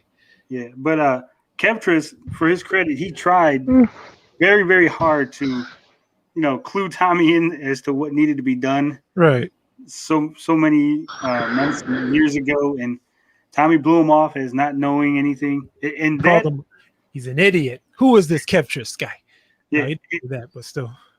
No, I think he did. I think he basically said, "You don't know what you're talking about. You don't know. You've never done anything." And if you look at that interaction, let me try and do it. I can do the impression. How dare you act like you know what you're talking about, Kevtris? I am Tommy Tallarico, the greatest ever. There you go. Accurate. But if you go back, if you look at the interaction between Tommy and Kevtris, it is completely transparent that Tommy will say anything. As soon as he found out who Kevtris was, it was like a light switch went off, and Tommy suddenly was, "Hey, I played your product, and I bought these analog things, and I think I met you at a convention." And Kevtris is like, "I never met you. I never go to no convention." No, I don't think Kevtris be leaving the house that often. I'm just kidding, but yeah, Kevtris doesn't seem like the type of person. I've known him for almost 5 years now, like talking on and off on. Kevtris needs to be careful. He's going to end up like that dude from Misery. No, he won't. Like Kevtris, the interesting thing about Kevtris that I don't think a lot of people know is that he is very passionate about technology. Like you won't know somebody that loves technology, like PCBs and design. I don't think you'll know anybody that is more technical and also more passionate about it. So he was probably talking to Tommy like, "Hey, Tommy, this is what you should actually probably do to get the Amico back on track." And Tommy just blew him off. He was telling him, what needed to be done to get launched. And like I said, if you look at that interaction, that's typical Tommy. He'll insult you, but as soon as he thinks he can use you, he'll turn around and try to screw you. Crazy. You know what? He did the exact same thing to me. And I wish I could get into my damn Atari age DMs because we had a great interaction where he basically spends 2 paragraphs calling me names and stuff. Right. And then at the end of it, he's trying to be my friend because we're gonna have an interview. So it's the weirdest 3 paragraphs you'll ever see if I can get a hold of him. Dude, you don't have to go in your messages to see him calling you names. Well, I mean, I believe it just from the sheer stuff that I see that he posts you could literally trip on in Twitter. Right. No, but I'm saying it's because he called me names, and then it just like it transitions from I'm an idiot to hey, you're a great guy, and we should do this interview and everything. It's such a weird, like, kind of like, hey, idiot, you want to do an interview? Well, that's kind of the mark of a narcissist, anyways. Like he can turn those emotions on and off like a light. So you never feel like you're actually speaking to the real Tommy, or at least that's how it is perceived. Yeah, I wouldn't even know what the real Tommy is because Tommy has a face for each. Tommy has a face for each day of the week. Right. Now, hey, he's the one that acts like it, not me. Bigsy's informing us that Saggy is live right now trying to defend the Amico. While we're having a funeral, we're trying to be respectful. I don't care. She can defend it all she wants. She probably just going to clip us anyway. It's not that big of a deal. I don't know. I don't care what she says. I mean, it'll be interesting to see what she says, but I don't think she should be the defendant of the Amico. I think there should be other people like that. I mean, I tell people this all the time. Free will is the only freedom any of us truly have. And if you think you want to get an Amico, get an Amico if they have a release. If they make it. If they make it, get an Amico. Get one if you want to get one. Okay? And I don't hide that. I've said good, that Ninja Kitty. My bad. Ninja Kitty should get on here. Yeah, we would love to hear Ninja Kitty's take on everything. Get your ass in here, Ninja Kitty. I gotta send him an invite. He just can't just jump on. He can't just magically come in. Yeah, I guess. All right. Good point. You know, I could send Tommy an invite. I have questions for days for Tommy if you bring him in. Nice for TT. Yes. Let me see. Yeah, Garcia's right on it, man. If she could stop white knighting so hard for him and actually think about it objectively, it would be more interesting what she said. Because she has some good takes sometimes. Did you watch? Much to her credit, she had a really good reaction video for the Amico E3 presentation.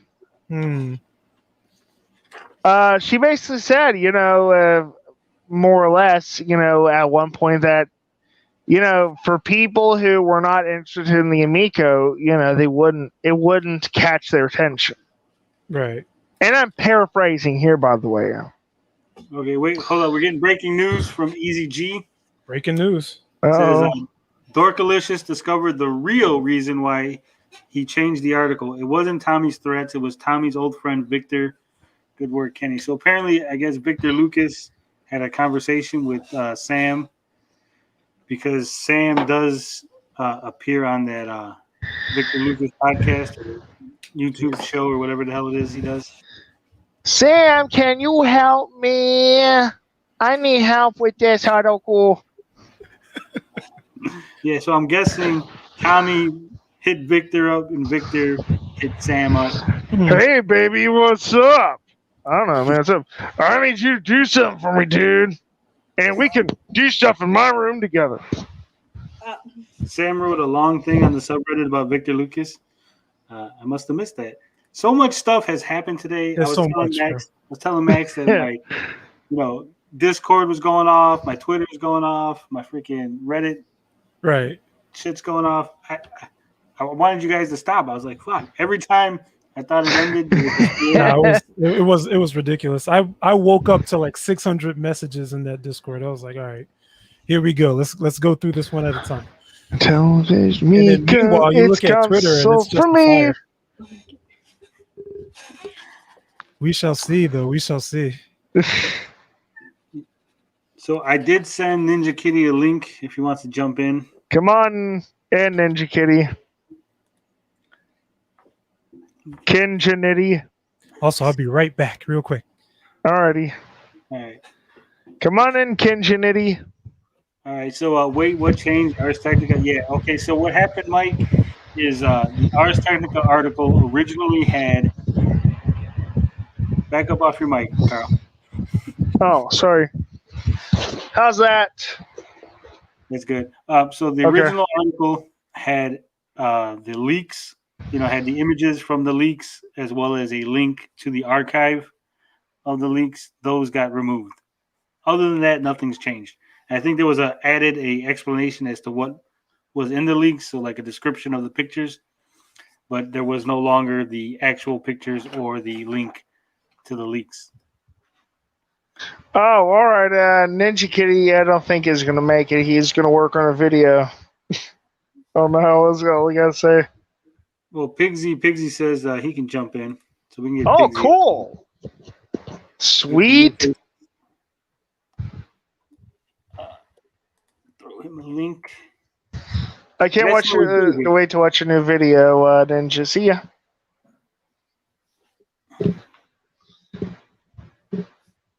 Says we need to have an Amico Day channel on here and Opaque One. I know Opaque One had his channels hit with some copy strikes, I think, from other YouTubers for using their content. That was kind of weird, I don't think I've never copy struck anyone. I could. There's I a lot of don't. opportunities out there. Even if I did do it, I wouldn't do it. It's a cheap way to control free speech. So you should go on the subreddit and read what Sam wrote. It's long. Let me try to pull that up. Yeah, so a lot of people want a copy strike. I mean, Opaque One was just clipping small snippets of other people's channels. Yeah, it probably wasn't fair use. Yeah, it probably, wasn't exactly on the up and up, but it wasn't anything that, I would think would be something they would be offended by. I mean, if you really had a problem with him showing clips of you, then, I mean, the bigger issue is you had a problem with what you said being out there in a more open way.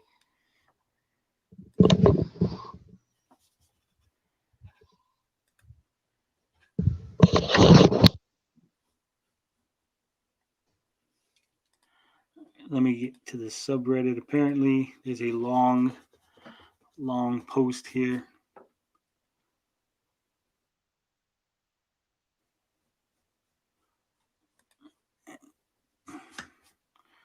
Maybe about the ding. All right. All right. Share the screen. All right, can we all see the screen? All right, I'm gonna mute you, Carl.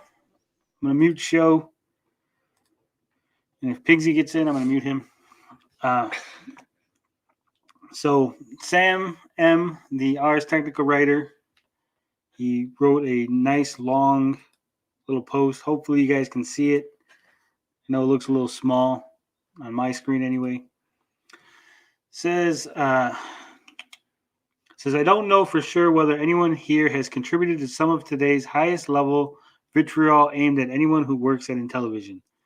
I suspect that some of those perpetrators may at least lurk this subreddit, and I believe Reddit is a healthier place to have nuanced discussions than other social media platforms. Even with upvotes and downvotes, text can generally survive and be responded to in healthy fashion. So I'm posting this here.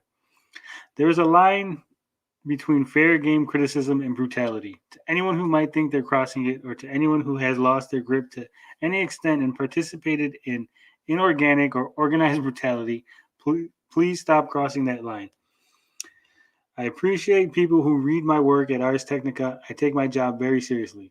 When I'm not posting wickedly stupid things on my personal time, and it means a lot when readers reflect that and enjoy what I do. That sometimes includes choosing to defend me or reply to criticism I might receive, or it might mean doubling or tripling down on a thread that originates from something I pointed out or reported on. Sometimes that's great. Sometimes it's too much. If you're about to go full-throated ham on behalf of any journalist, I promise you, we'll be fine. The industries I report on make it their business to be in the public eye, usually because they are trying to get your attention and or sell something. And they know, or should know, it's fair game to have their public appeals or past statements scrutinized. They're also made up of people, including junior members of companies who, for example, might be tasked with monitoring social media. I will continue keeping an eye on various gaming companies, Amico and otherwise, whether because they're releasing easy-to-review things that seem fun or because they're doing newsworthy things in public or private that would be valuable for a journalist to explore at depth.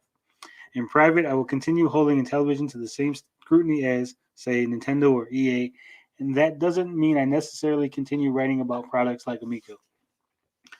I don't mean to be sort of high horse yokel, as I've definitely not led a perfect online life, and I promise this isn't a sub-tweet aimed at anyone in particular. But I hope anyone reading this remembers to take a breath on occasion and humanize people on the other side of the screen. Take care not to punch down, no matter who may have punched down before or after you.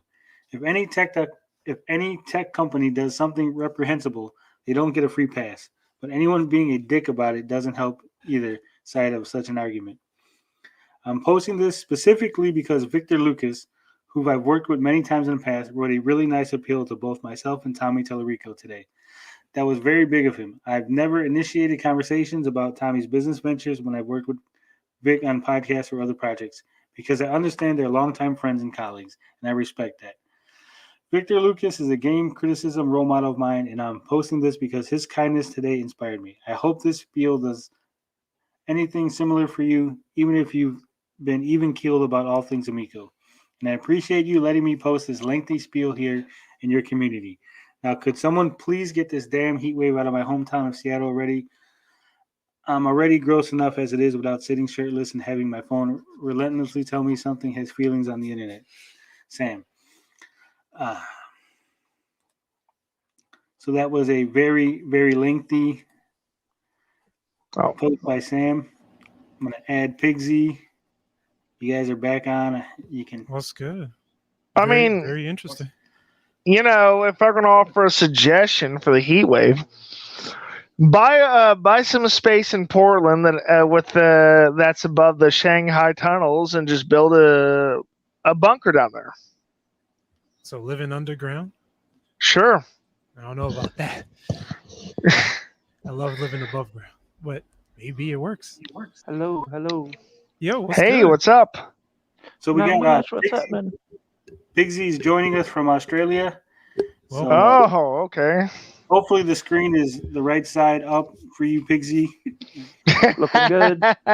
Australia. All you guys down there, y'all watching the fire burn too? Just me, I think. Just me. Just you? Hey, Not many of us onto it, so wow, yeah, that's maybe about 5 of us. I thought Australia hates video games. Oh, yeah, our government does. That's for sure. Oh no, we gotta tell the government video games is good for everybody.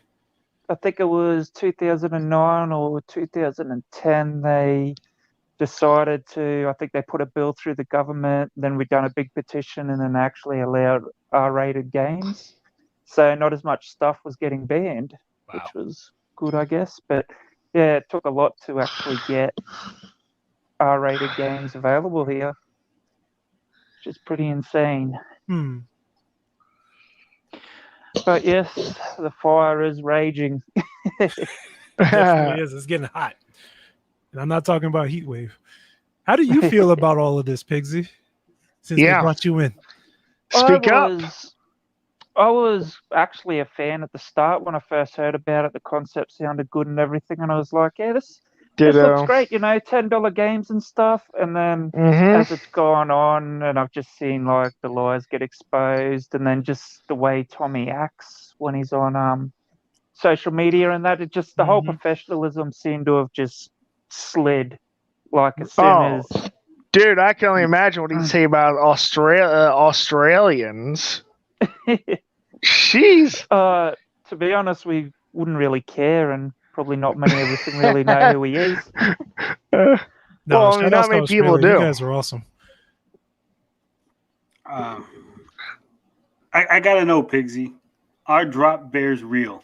Or is this a joke that the entire continent of Australia is in on? What's a drop bear? Drop bears are not real. There we go. We got it from a real Australian. Drop bears are not real. All right, there you go. Get them out of here. They are what you're probably referring to as koalas that probably ate too many gum leaves and fallen out of the tree on top of your head. Jesus. Oh, okay. Remind me to stay away from gum trees down there.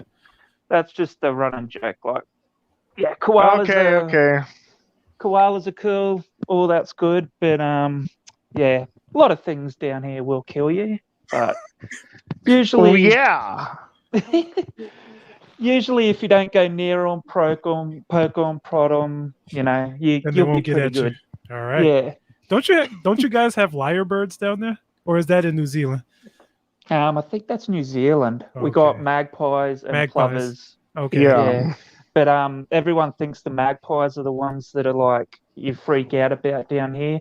Yeah, they do swoop you, but the plovers are probably a lot worse. Like a magpie will swoop you, maybe for a few 50 meters or something down the road. So they dive bombing?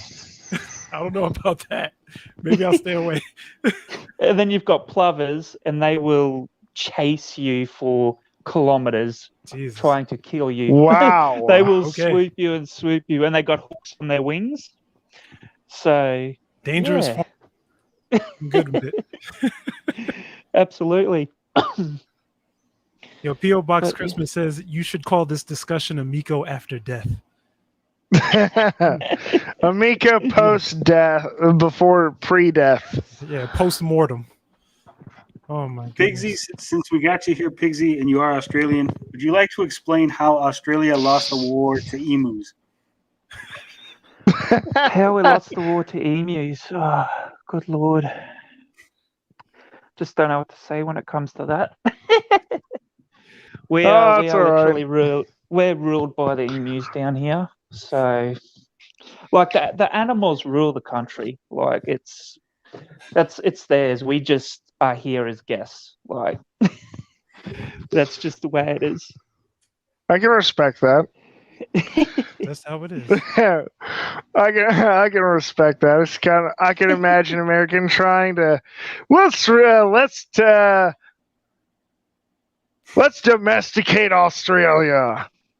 I can imagine that. Oh jeez.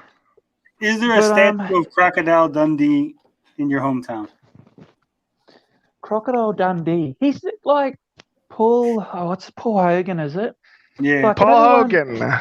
That's him. Yeah, like it's such. No one really dresses with crocodile teeth in their hats and the vests and the big Wow. knobs. I mean, to be fair, Mick Dundee grew up like in the backwoods or whatever. So I guess Oh, that he was kind of born makes in a- sense. He was born in a cave or something, wasn't he? Under a rock. Yeah, he Oh, was yeah, where were you born, Nick? Under a rock. he was he was the equivalent of a mountain man, basically. Pretty He much. is an Australian.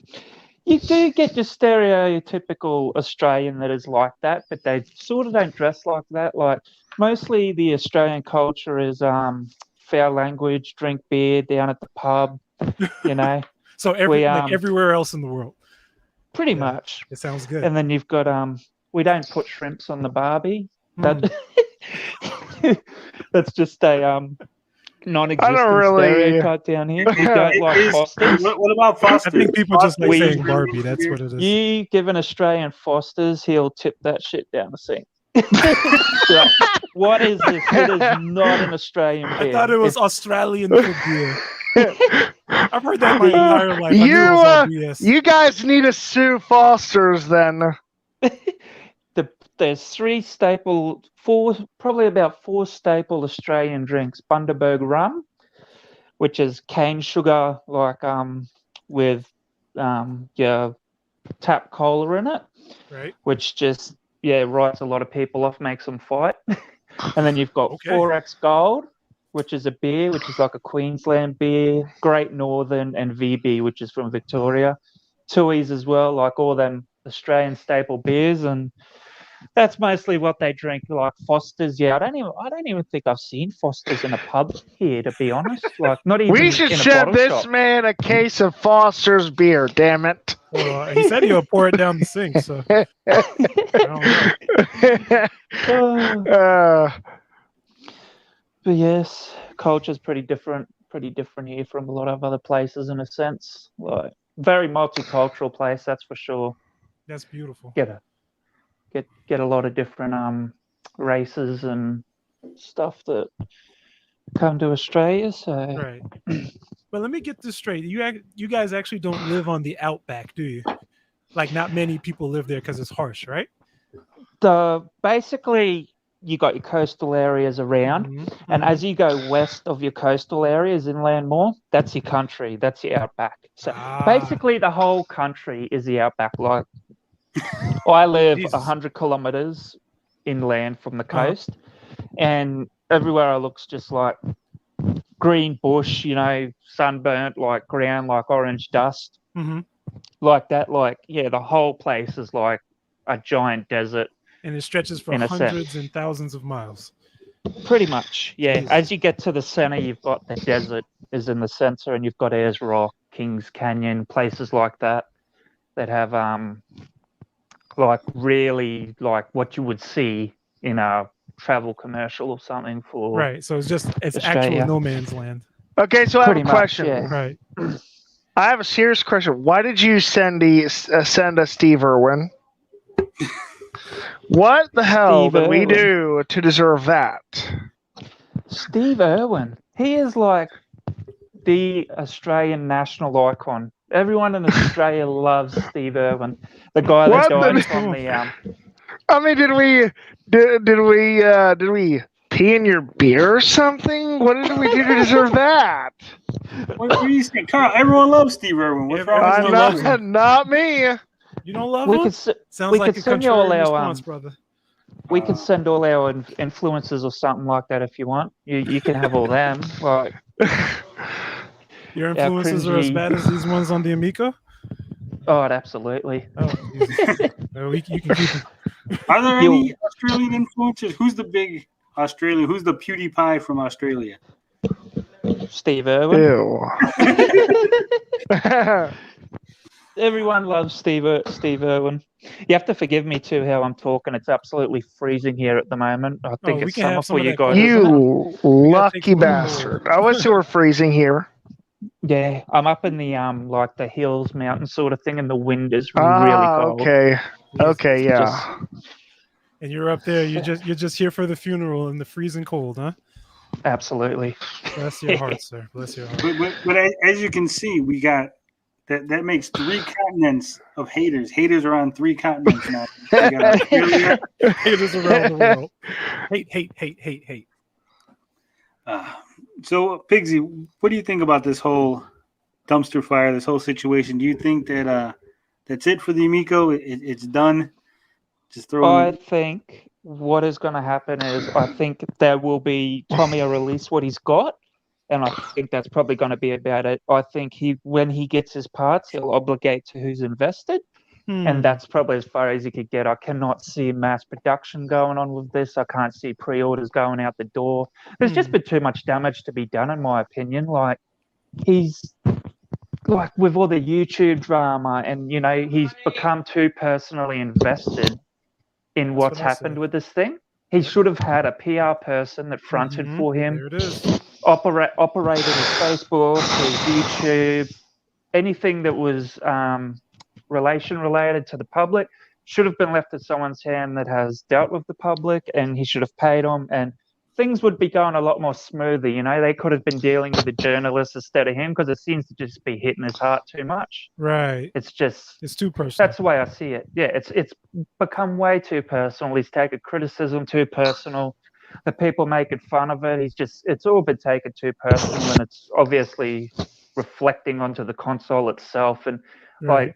it's out in the open now. Everyone can see it. Digital Foundry's on it. And they're the gospel when it comes to things like this. If they say no, then everyone says most yes of the to it. gaming community is going to be like, yeah, well, they said it's no good. Well, because they got credibility. Right. Where there's credibility, you don't want to be, crapping on the people that have the credibility, Right, and calling them rat face and saying you should do more research. Rat face. Yeah, pretty much. Jesus. Because I would hate to see this thing get in the hands of someone like Linus Tech Tips. Because See, once you I got said like something like that too. Yeah. 15 million subscribers or something. Could you imagine if he roasted it on there and they got back on it? Like it'd just 15 million people would see that and be like, okay, how damaging would that be?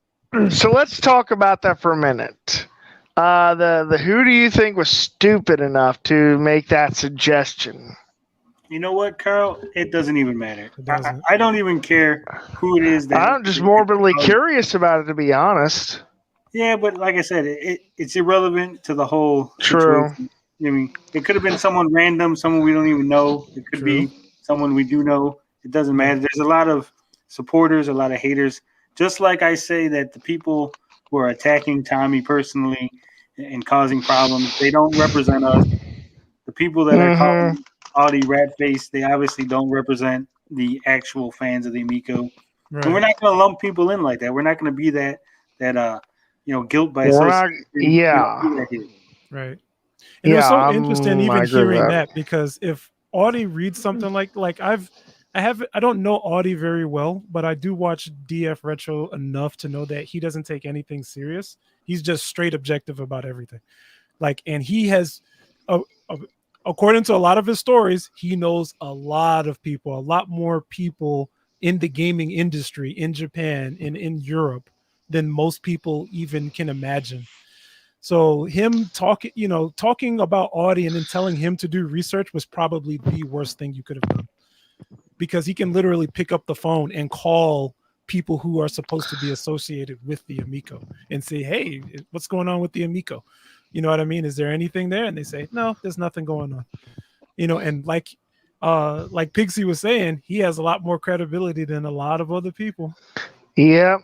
Yeah. Usually when yes, sir. Just what usually when he farts, people are talking about it on Twitter, Facebook, YouTube, Reddit. Here's a question for the panel. Would Tommy be able to lean into the meme and just go with it as a joke and send it to someone like PewDiePie, hoping, PewDiePie plays a meme game, a stupid game.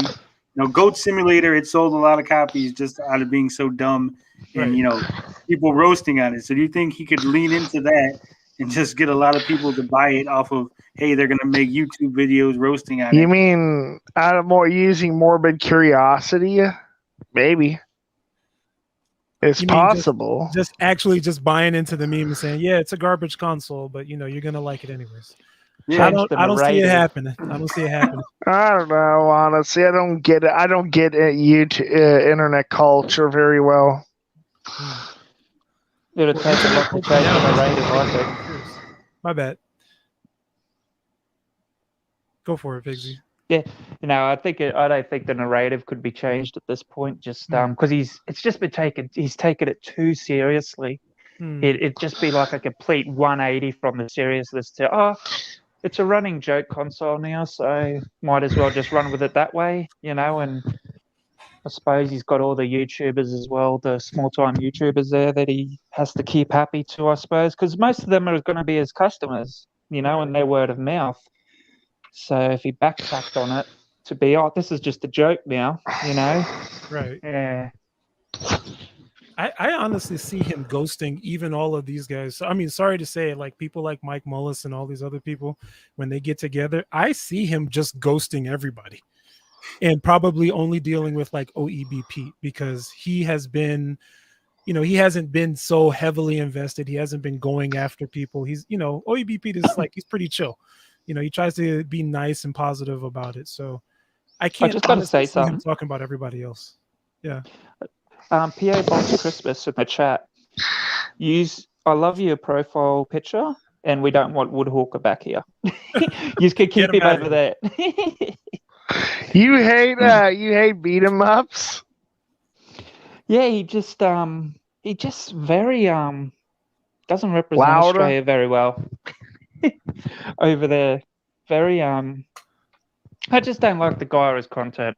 He'd be like he'd be your typical city Australian. Absolutely. Wow. Yeah. No, not a fan. Wow. Not a fan. So many better other Australian YouTubers out there. Right. Absolutely. Last Gamer down there, right? Like, yes. He's great.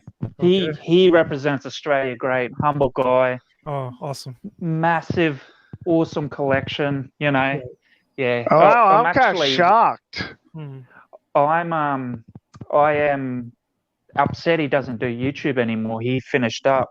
Right. So he sounds like he's done. Like he's done. He called out a lot of like your Happy Console Gamer and all them with like you could see some of his video series where he actually had conflicts with Nintendo. Right. Because when Nintendo, with the Switch, because when Nintendo sent it to him, they wanted to control the narrative of how he had to represent the Switch instead of in his own way.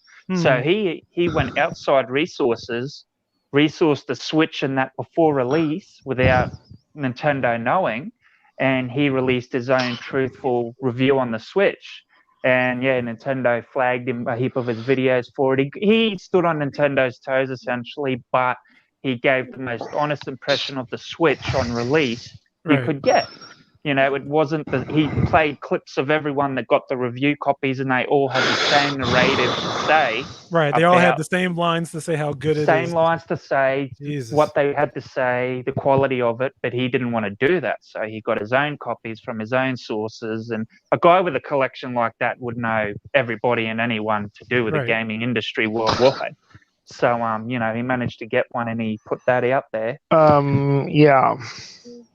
And he gained a lot of respect for it. People respected that he went that way, instead of just, this is how it is on the net and this is, a lot of people, like this comes to the Amico too, a lot of people want to control the narrative of their consoles and their, how much positivity they could squeeze out of it is the same sort of thing like Nintendo was doing as if Tommy wants to do as well, control the narrative, keep it out of the hands of the critics, only wants positive things about it. And see, those things can blow up in your face. You've really got to be able to take the criticism.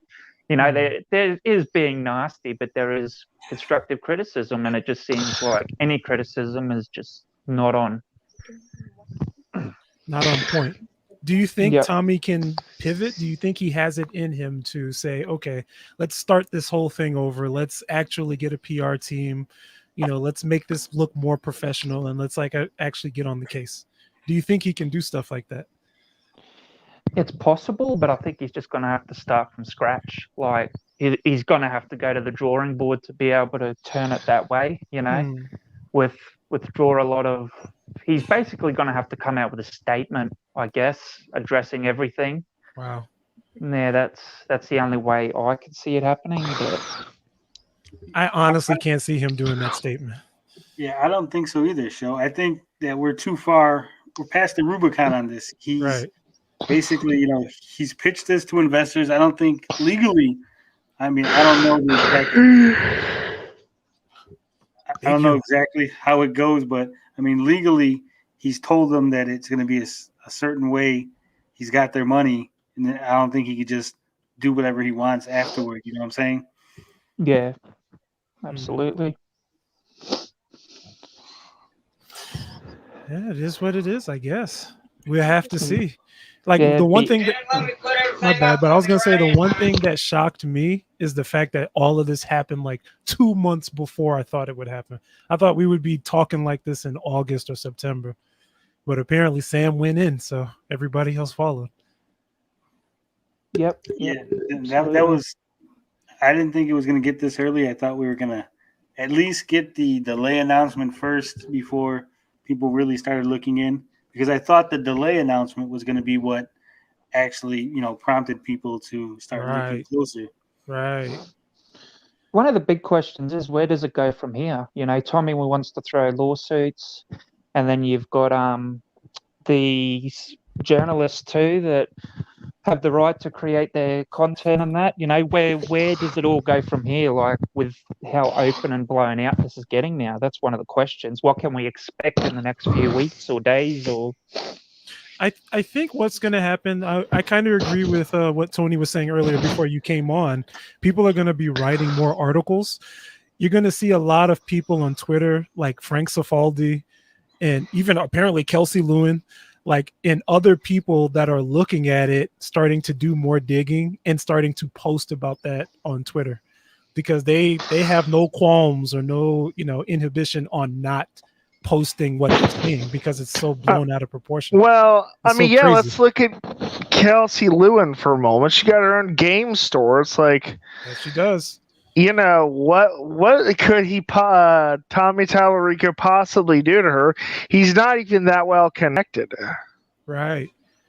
But the idea is that these are people who, me personally, I would have never thought that they had so much negative things to say about the Amico. Like these people, they did not exist in my wheelhouse as far as thought process, even towards the Amico. I'd have thought that they would have been encouraging it. I'll tell you why Kelsey would be interested in it. She would be interested in it from a gaming historical point of view. We'll see. Maybe she will collect one just to collect. She probably Warning was saying people in the gaming industry knew about Tommy's ego. I had no idea it was this huge. Get Oh, one for the museum or whatever. Mm-hmm.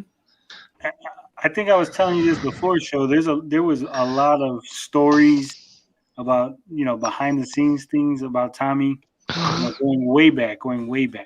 Jesus.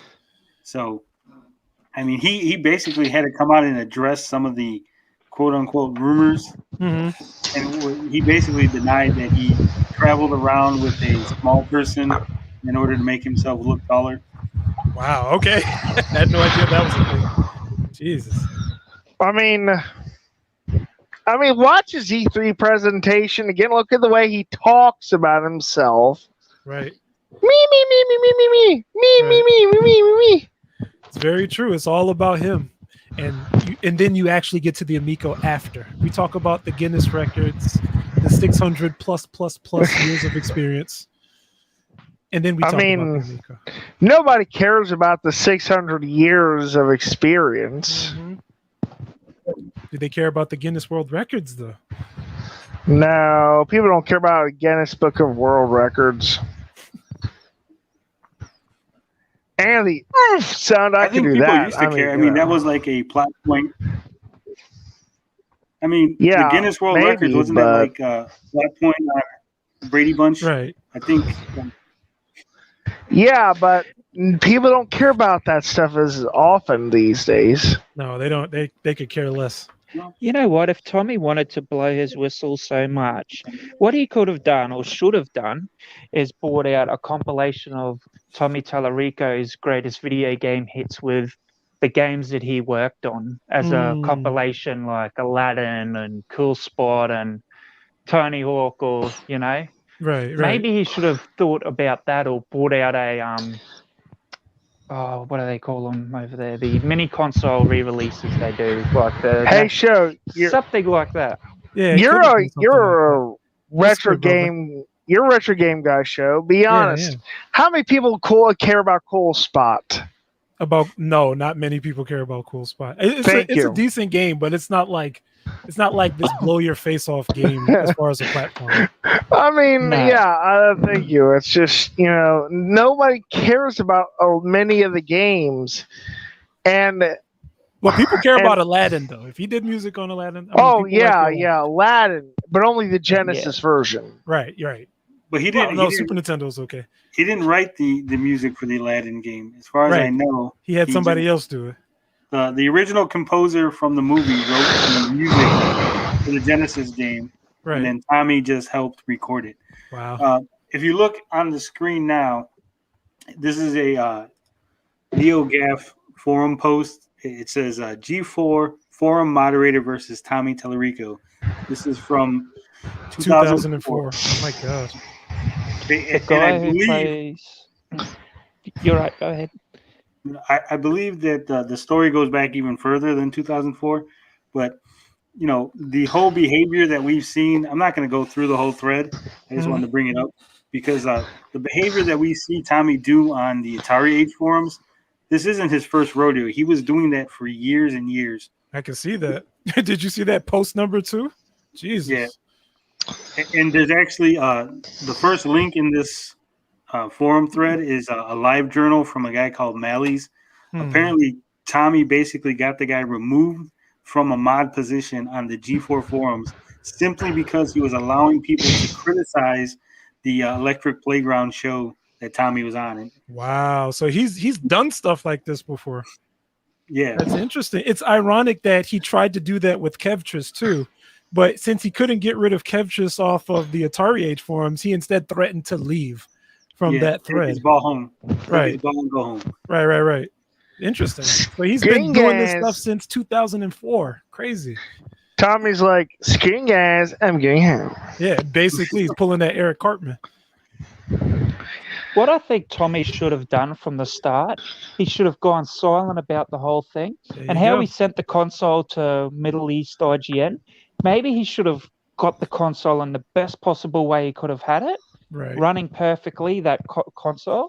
And then he should have given it, run it as best as it could to where he wanted it. It sent it to people like Digital Foundry or Lighters Tech Tips or a big reviewable YouTuber where they could have given the fair criticism on it as it is, instead of, it just feels like the whole console has just been broken into so many paths. Like you've got gameplay in Texas, and then you've got reviews in the Middle East, In the Middle East, it's crazy. and then you've got the E3, and then from the E3 you've got the journalists. It just seems so all over the place. It just doesn't have a clear path straight to, like, if that makes sense. It just, it didn't seem like there was a plan with the PR for it at all. It was just get it out there, see what YouTubers picked it up. Right. I think what he should have. Go for it, brother. I think what he should have done was just design the He should have went for a Raspberry Pi console, but instead of having the USB port accessible, use a traditional AC adapter, so people can jailbreak it. Oh, they'll jailbreak it regardless. Come on now, Raspberry Pi, they'll figure it out. Or something to that effect. I don't know. It just feels like he could have done something more simpler that would have required as much money. Well, so I said something like that a couple of weeks ago. I was wondering, why couldn't he have created like a mini console? Like there's a ColecoVision Mini, there's NES Mini, SNES Mini.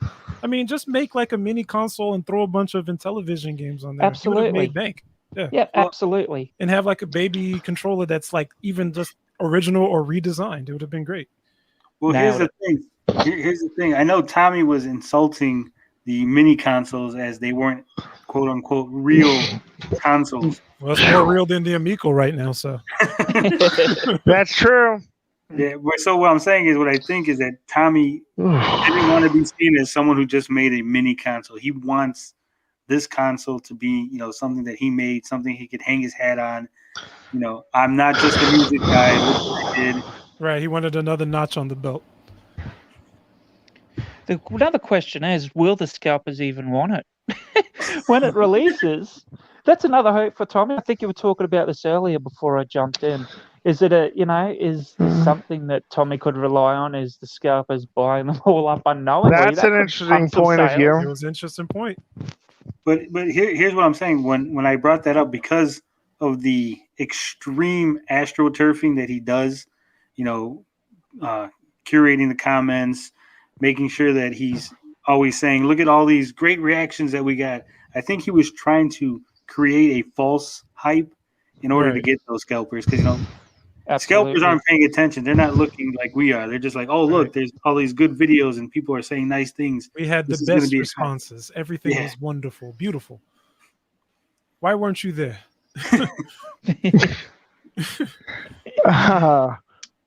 No, I think honestly, if you really think about it, even though we're calling this like the funeral, the eulogy, or whatever, this is seriously the beginning of this thing. This is gonna get worse. I can't even imagine how.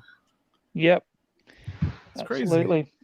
Yeah. Well, we know that Sam looked into a little bit of the Neil Patel stuff and the Jay Allard stuff. So I know the other journalists are gonna pull on those strings. They're gonna pull on the threads that we've left. They're gonna see the things that I've seen. I mean, I've said this before, but basically the sweepstakes. Getting sleepy, Kyle? I'm fine. Don't worry about it. What time is it over there for you guys? It's 10:30 here, right? It's 11. It is 11:30 here.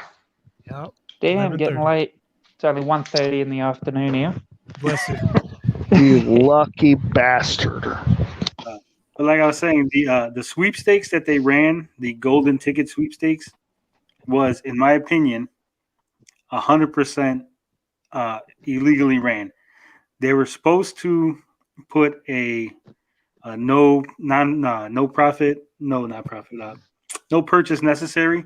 You're supposed to be able to send in a letter or an email or something in order to get into the contest. That wasn't available. Tommy kept saying there's many social media posts. This is only for people who buy. You get a golden ticket. It's only for those. It's only open to the people that buy. The contest itself was said that they were going to have a monthly drawing. Every month they were supposed to have a drawing, but that got changed to that they just drew everybody all at once. Right.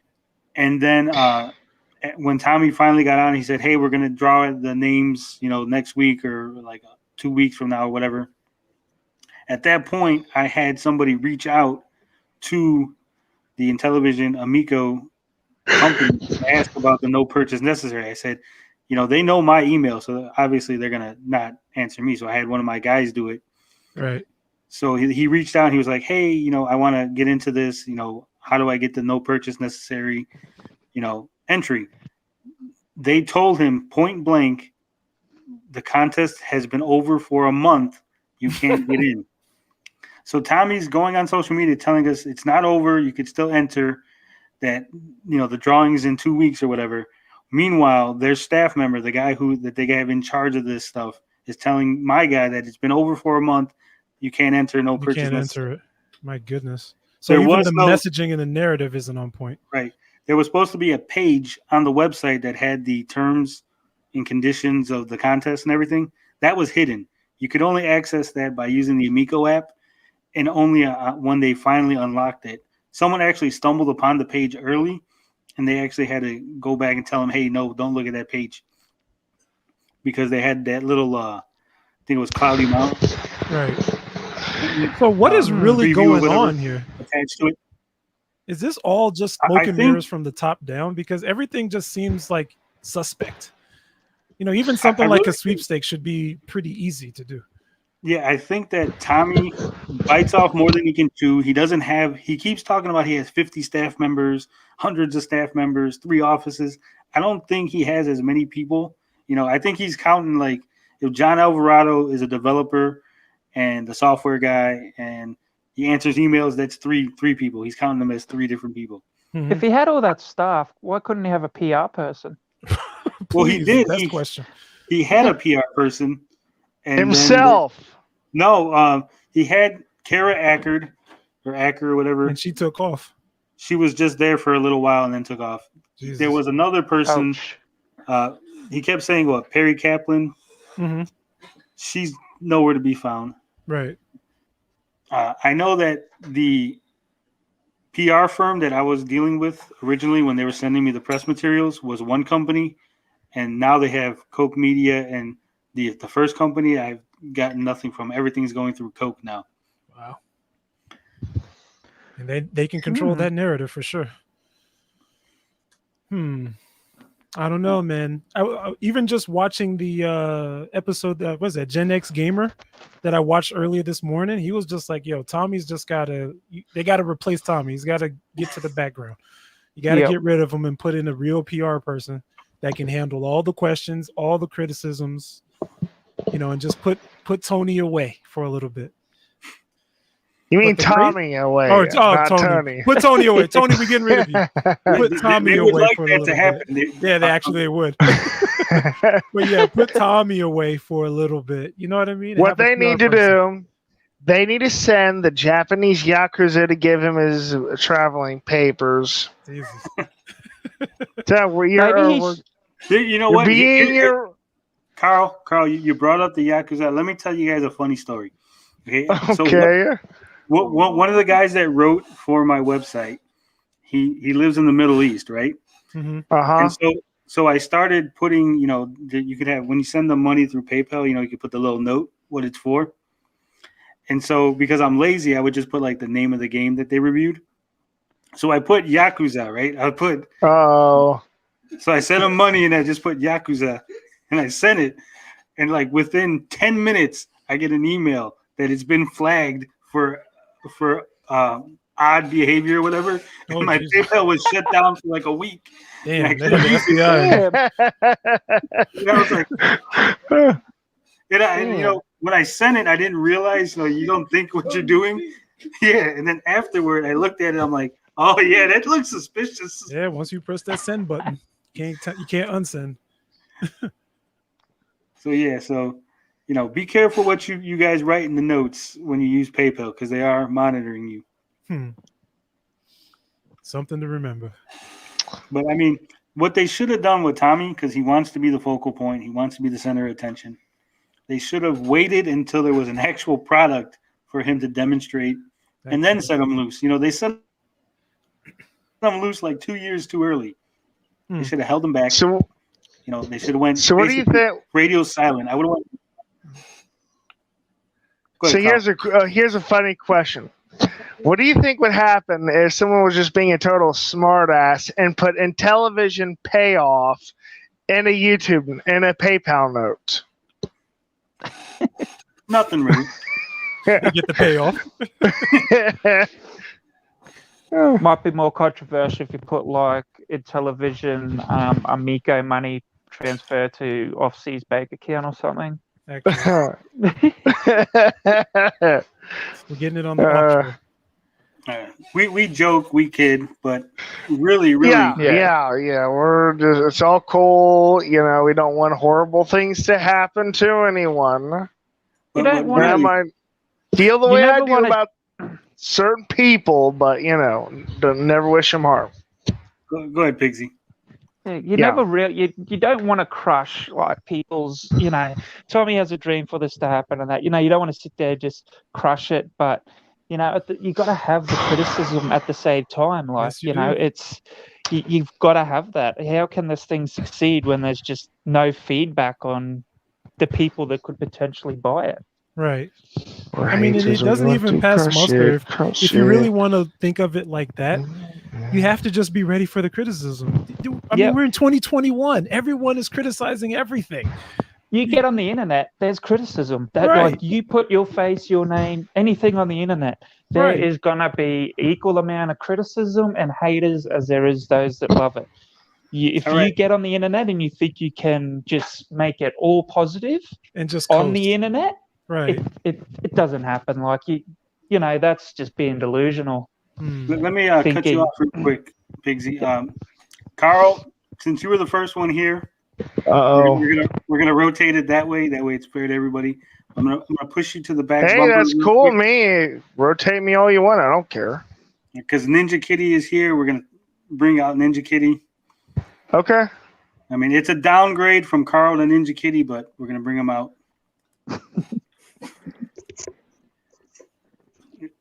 What's up, Ninja? Guys, when you come on stream, you got to be ready to talk, all right? What's up, Ninja? He muted himself. Or did I mute him? No, he muted himself. It's all good. He'll talk eventually. Yeah, he'll eventually get back in it. But I got the question for Ninja. When is he going to start using that other voice in his videos? Because that's what brought me on. I'll be listening to that voice, that automated voice on everything. You finally in here, Ninja? Have you joined the chat? You still having trouble? I know we're professionals around here, but lively content. Luke Skywalker, is Ninja Kitty shirtless? If not, we need to get Carl. Bring Carl back. Get this Ninja Kitty out of here. We want Carl. Damn you guys, you two. There he is. I was trying to use my my Intellivision headset. It just wasn't working. Jesus. Oh, bummer. Yeah, you're gonna have to fix that lag there. My Microsoft Xbox one, it just stopped connecting. I don't know. Well, I mean, I had a problem the other day. I recorded a whole video because I don't watch my videos, so I recorded it, threw it up on the internet, and apparently it was just like that. The whole time. So we're all having technical issues. I think Tommy, he sent someone over to screw up my mic. Yeah, he sent it to tune up that. What's up with the comments there? It's Ninja Kitty shirtless. If not, we need to keep Carl up front. Yeah, we were saying get you out of here. Carl was shirtless. That's so weird. I've already lost track of what I was gonna say. Oh, I remember what I was gonna say. I still have my theory that they've ran out of money. And that's why Tommy's doing 20 jobs and John Alvarado's doing 20 jobs. Jesus. And did you guys catch the Digital Foundry like second impressions where they said it was like how bad everything was? Oh yeah, we did. I like the cheap shot the guy said about the video editor. That was I thought it was good. And yeah, everything just looks cheap.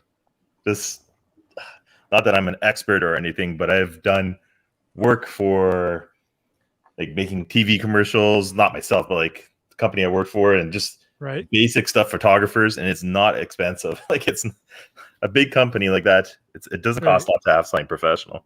I was wondering why they couldn't just use like an iPhone, like everybody else on YouTube. You know, that's what you get started with. Just film with an iPhone and get some better lighting. That's about it. Better audio also. Maybe Right. Maybe Tommy should send the Amico over to Japan or something, or get the Japanese involved on it. Maybe they can iron the kinks out, because look, they are the kings of making consoles. We know this. They are. Maybe he should just go to China, let them knock it off, and then he could just sell the knockoff version as the Amico. It would probably release. Soldier Who knows Amico. what's happening? Yeah. Amico soldier. Amico soldier. Amico boy. That'll do. Actually. And then we can have your boy make a video about smashing it to pieces with a hammer. So we saw that happen too with the Soldier Boy console. Rest in peace to that one. I do have some questions for you, Ninja Kitty, while you're on here. What motivates you to make these videos? Because, well, don't you read the comments? I live at my mom's home. I posted them too. I live at my mom's home, and I have no job. I'm obsessed. Mm-hmm. No, I just do it because it's funny. So you're just like watching it burn like the rest of us. Yeah, I hear you. I hear you. Basically, yeah. It's not. I don't really give a shit either way. Right.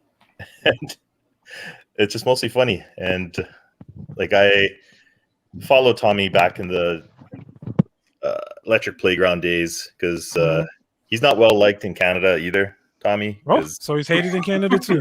Because Victor Lucas, Australia and US. like Victor Lucas he had a bunch of shows, like 2 or 3 shows that started way before anything else, like before YouTube or anything. And the only person that everyone really hated was Tommy, because he's purposely just being a dink on the show. Okay. And, was he like being too extra, like being too much? I was trying to. He had too much tude, the attitude. I see. He was just trying way too hard. Seen it, Joe? Huh? What's up? Have you not seen Tommy's appearances on Electric Playground and all that? I think I've seen like one. So no. I do remember him from way back in the day when I used to read about him in like Game Pro and stuff. He just tried too hard to be wacky and crazy. Right. And he just came off as the annoying sidekick person that you'd see in like 80s movies where everyone just hated. So it started back then, and then when I was reading about I can't remember where I saw the first thing of the Amico. I think I just Google searched it, and it came up with Pat and Ian's like one of their first roasting of him, and I'm like, well, this is interesting. And just like everyone else, once you started seeing, you go down the rabbit hole. I'm like, this is hilarious, and I think that's what's happening over the last week or two. All the people who haven't heard anything, they click the links, and you just do a basic search, and you just find so much bad stuff. Right. The Amico joy isn't like watering it down or weeding out the bad stuff. And isn't that like Cyrus Martin's channel?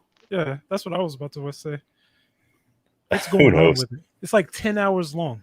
Who cares? Nobody watching that. Who cares? It's crazy. I see there's OPAC 1, I think is his name, is literally pumping out just as many videos to counter the Amico joy. I don't know. I'm seeing a lot from him and a lot from Amico joy. I mean, they got the time for it. Yeah. They have like an Amico bot on Twitter that all it does is just dunks on the Amico all day. Yeah, and it's called Only on the Amico bot or something like that. Jesus. Yeah, that bot is got some weird ass suggestions. Yeah, it does. I'm trying to look. There's a best of Tommy Tallarico on Electric Playground. It's just bad, and he would purposely shit on games just to be a contrarian. Right. So I've got another theory too. After you, Ninja Kitty. Sure. See in the E3 presentation how at the end the competition with Groovy, you get the signed Earthworm Jim poster, you put through your email. Did anyone go into that competition? Register for it? Nope. I did. I have been getting non-stop Intellivision emails regarding pre-ordering, check out our website, doing all that. So I think what a lot of the baiting with that was I haven't heard any competition winners regarding it. I think it was just a way to draw away from the other social media platforms like Facebook, Twitter, YouTube, where there's criticism. He's drawing in the emails of, potential people that are interested in that, so he can communicate through them through with the email, because I get like a lot regarding that. And it's just like, this is a bit odd. And then you go to the actual Intellivision website, and then on there, it's got like your release date, which it's saying is the 40th and stuff like that. But it's all the same generic stuff. There's nothing new on there than what's on the other platforms. I just think this is just my little conspiracy theory thingy, but I think that competition was a bait to draw people in, so that through the emails, where there's no criticism, no outside influence or nothing, they can try and sell you the console. So it was just like a scam to get people on their email register or whatever. Even if he gives away the 2 or 3, whatever they were, the Earthworm Jim sign things, right? The fact was, once I went into the competition, they had my email, and now I get ads nonstop about the Intellivision. So they don't have the button at the bottom, click to unsubscribe. Not that I have seen that. It just it's just like such and such. Welcome to Intellivision. I've heard nothing about the competition, but I went in, and then now they have my email. It was an email phishing essentially. They fished my email, and now I get nonstop Intellivision ads through my email. Well, don't send any messages to Intellivision, apparently. Definitely not. Yeah. I challenge anyone. Go into, I think it was Groovy, and you said to groovy@intellivision.com. Wasn't it cow? Yeah, it could be. Yeah, it was something like that. Cow. Do it, and then you watch how much email spam you'll get from the television. Well, it falls in line with everything else. That was a popular scam in 2004 when people just started learning how to use emails. Jesus. So it's on par with everything else. Right. It sounds like Tommy is stuck back in all of that anyway. So, whew, there's just too much to unpack, man. I don't even think that this podcast right here or this chat could even stretch long. You know what I mean? I think we'd go hours into this, just dunking on this guy. Days and days of going on about it. Right. I want to pull up a nice classic Tommy moment from Judgment Day. Let's all take a look and see exactly how Tommy Tallarico reviews video games. Let's see. Damn it, I didn't put the fucking share audio. Max is over here not helping me out. Hey, yeah, Max is still chilling. He's drawing up the new diagrams, man.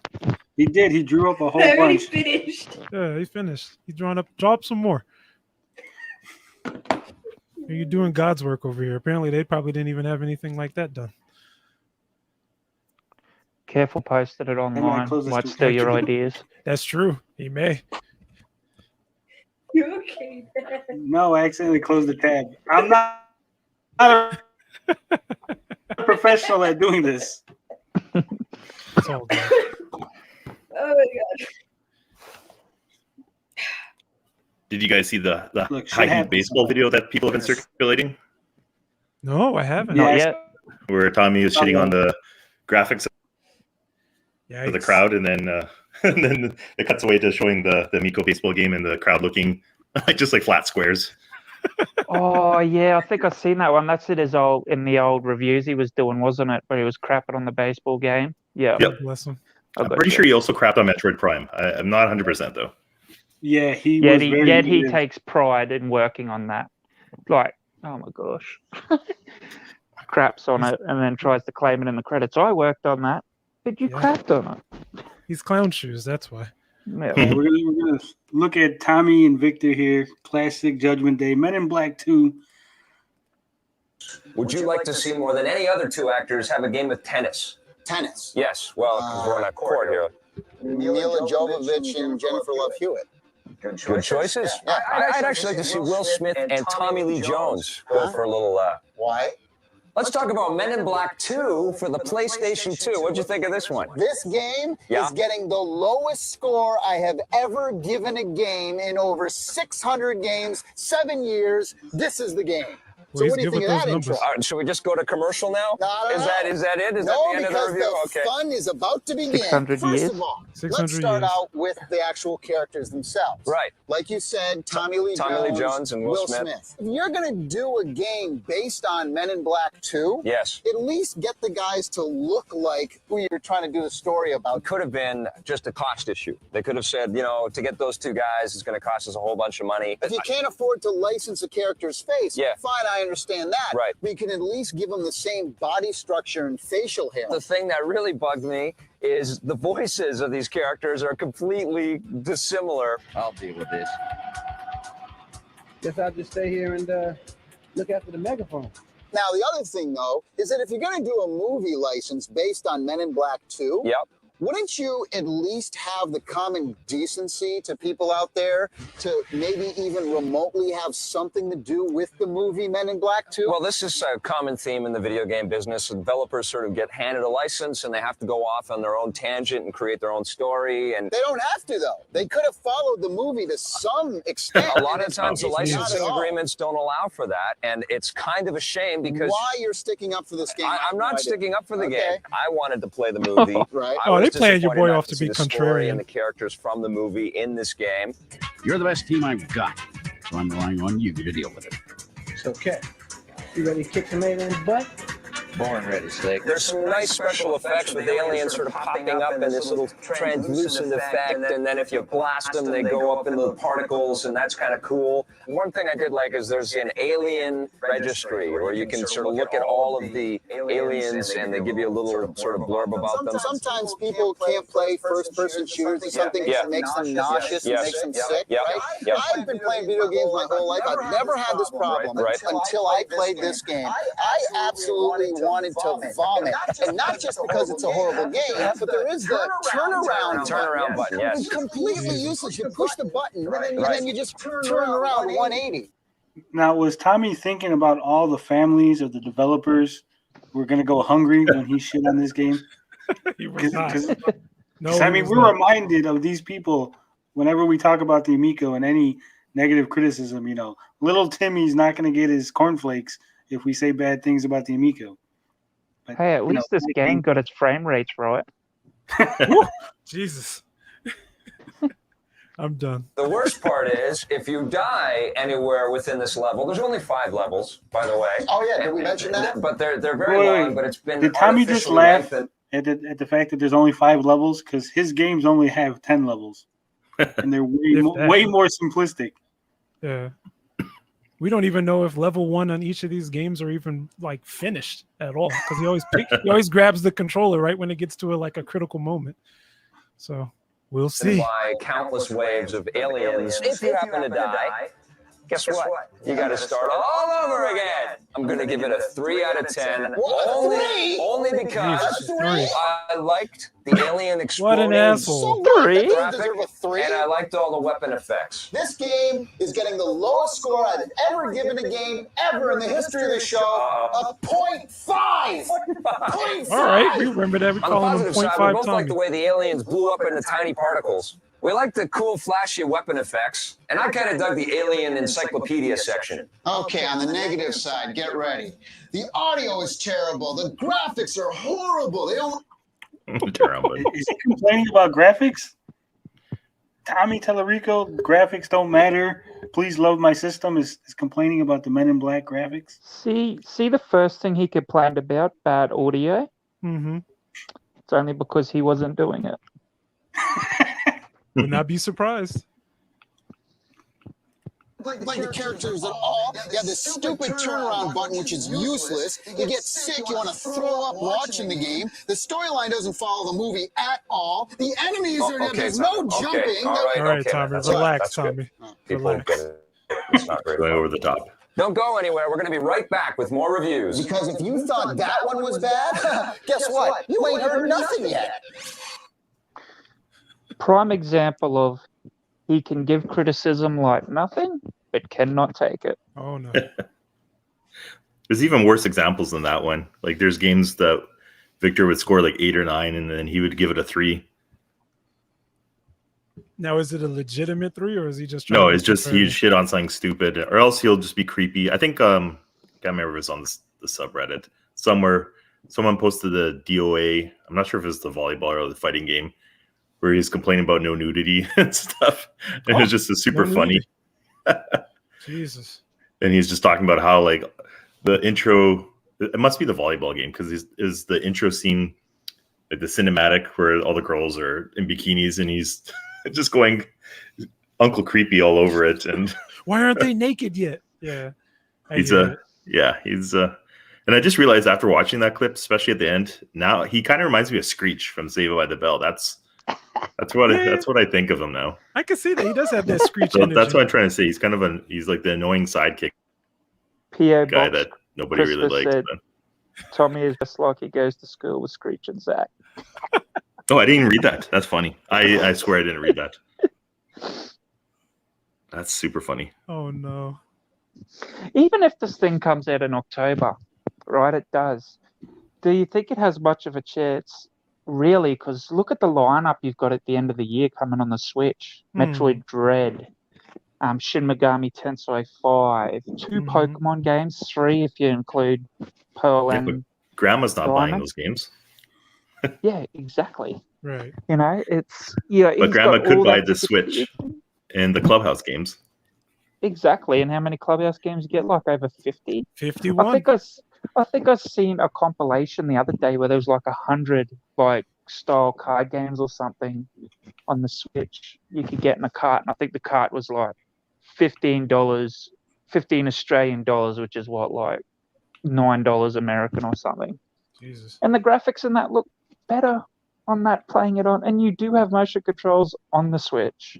You know, and for the price, you think too, like, okay, the Amico controller, what's it priced at? 80 US, or 90. Was it 80 US? 90. 90. So if it's 90 It's 80 US. Oh, it's 80 US? Okay. 80 US. 80 US, 100 Canadian. That'd probably be over 100 Australian dollars to have it. More could be close to like $120 for one controller. For $80 Australian, you get 2 Switch controllers.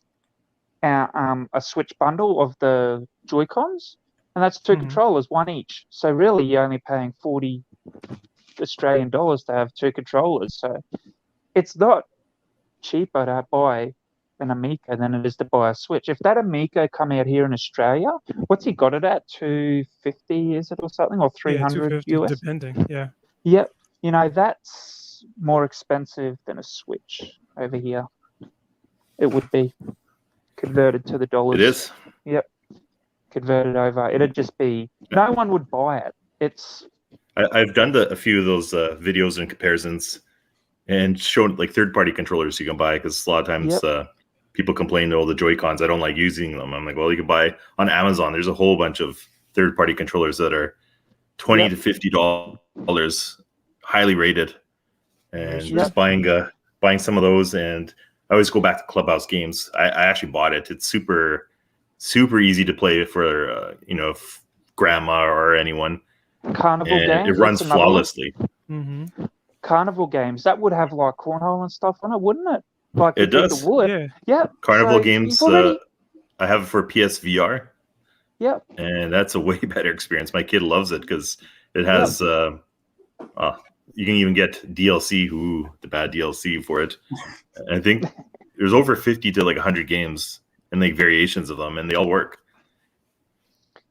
Yeah, it's just not working. He's tried to sell something that is as being brand new, never done before, but everything that is shown is readily available on every single other console. There is nothing new. And then, like, this is what irks me too with it. You've got, it's for the families, and then I keep hearing from people that are pro Amico, no, it's for the retro gamers, old guys. It's like, where is this thing? Is it for the retro community? Is it for the families? Like, it just doesn't know what it wants to be. It's just appealing to whoever's giving it the most attention. Yeah, I mean, if you listen to Tommy's interviews, if you listen to him, he'll say one thing, to a certain person, then he'll say something completely different to another person. I mean, it's really for whoever's paying attention to him at the time. That's it. Now, It just Balding feels Bob like Ross, Balding Bob Ross here says, if you're using your phone on the Amico, what happens when someone calls? As far as I know, True. that when you do the app on the Amico when you're playing the game, from my understanding, your phone would be like in a airplane type mode where it's not going to get any phone calls or nothing. So if grandma gets sick and they're trying to call you when you're playing Amico, you're not going to get that phone call. you're a paramedic on your day off. Someone's trying. You get a phone call in. Yeah, someone's dying.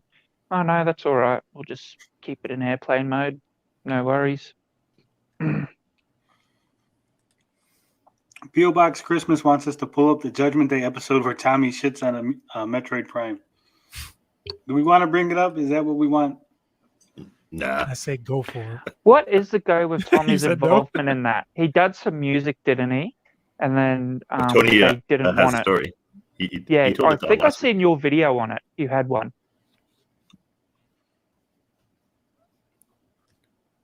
Tony, you there? One second. Okay. Yeah. Yeah, it's going And I'm in gonna and be out. right back. Hold on.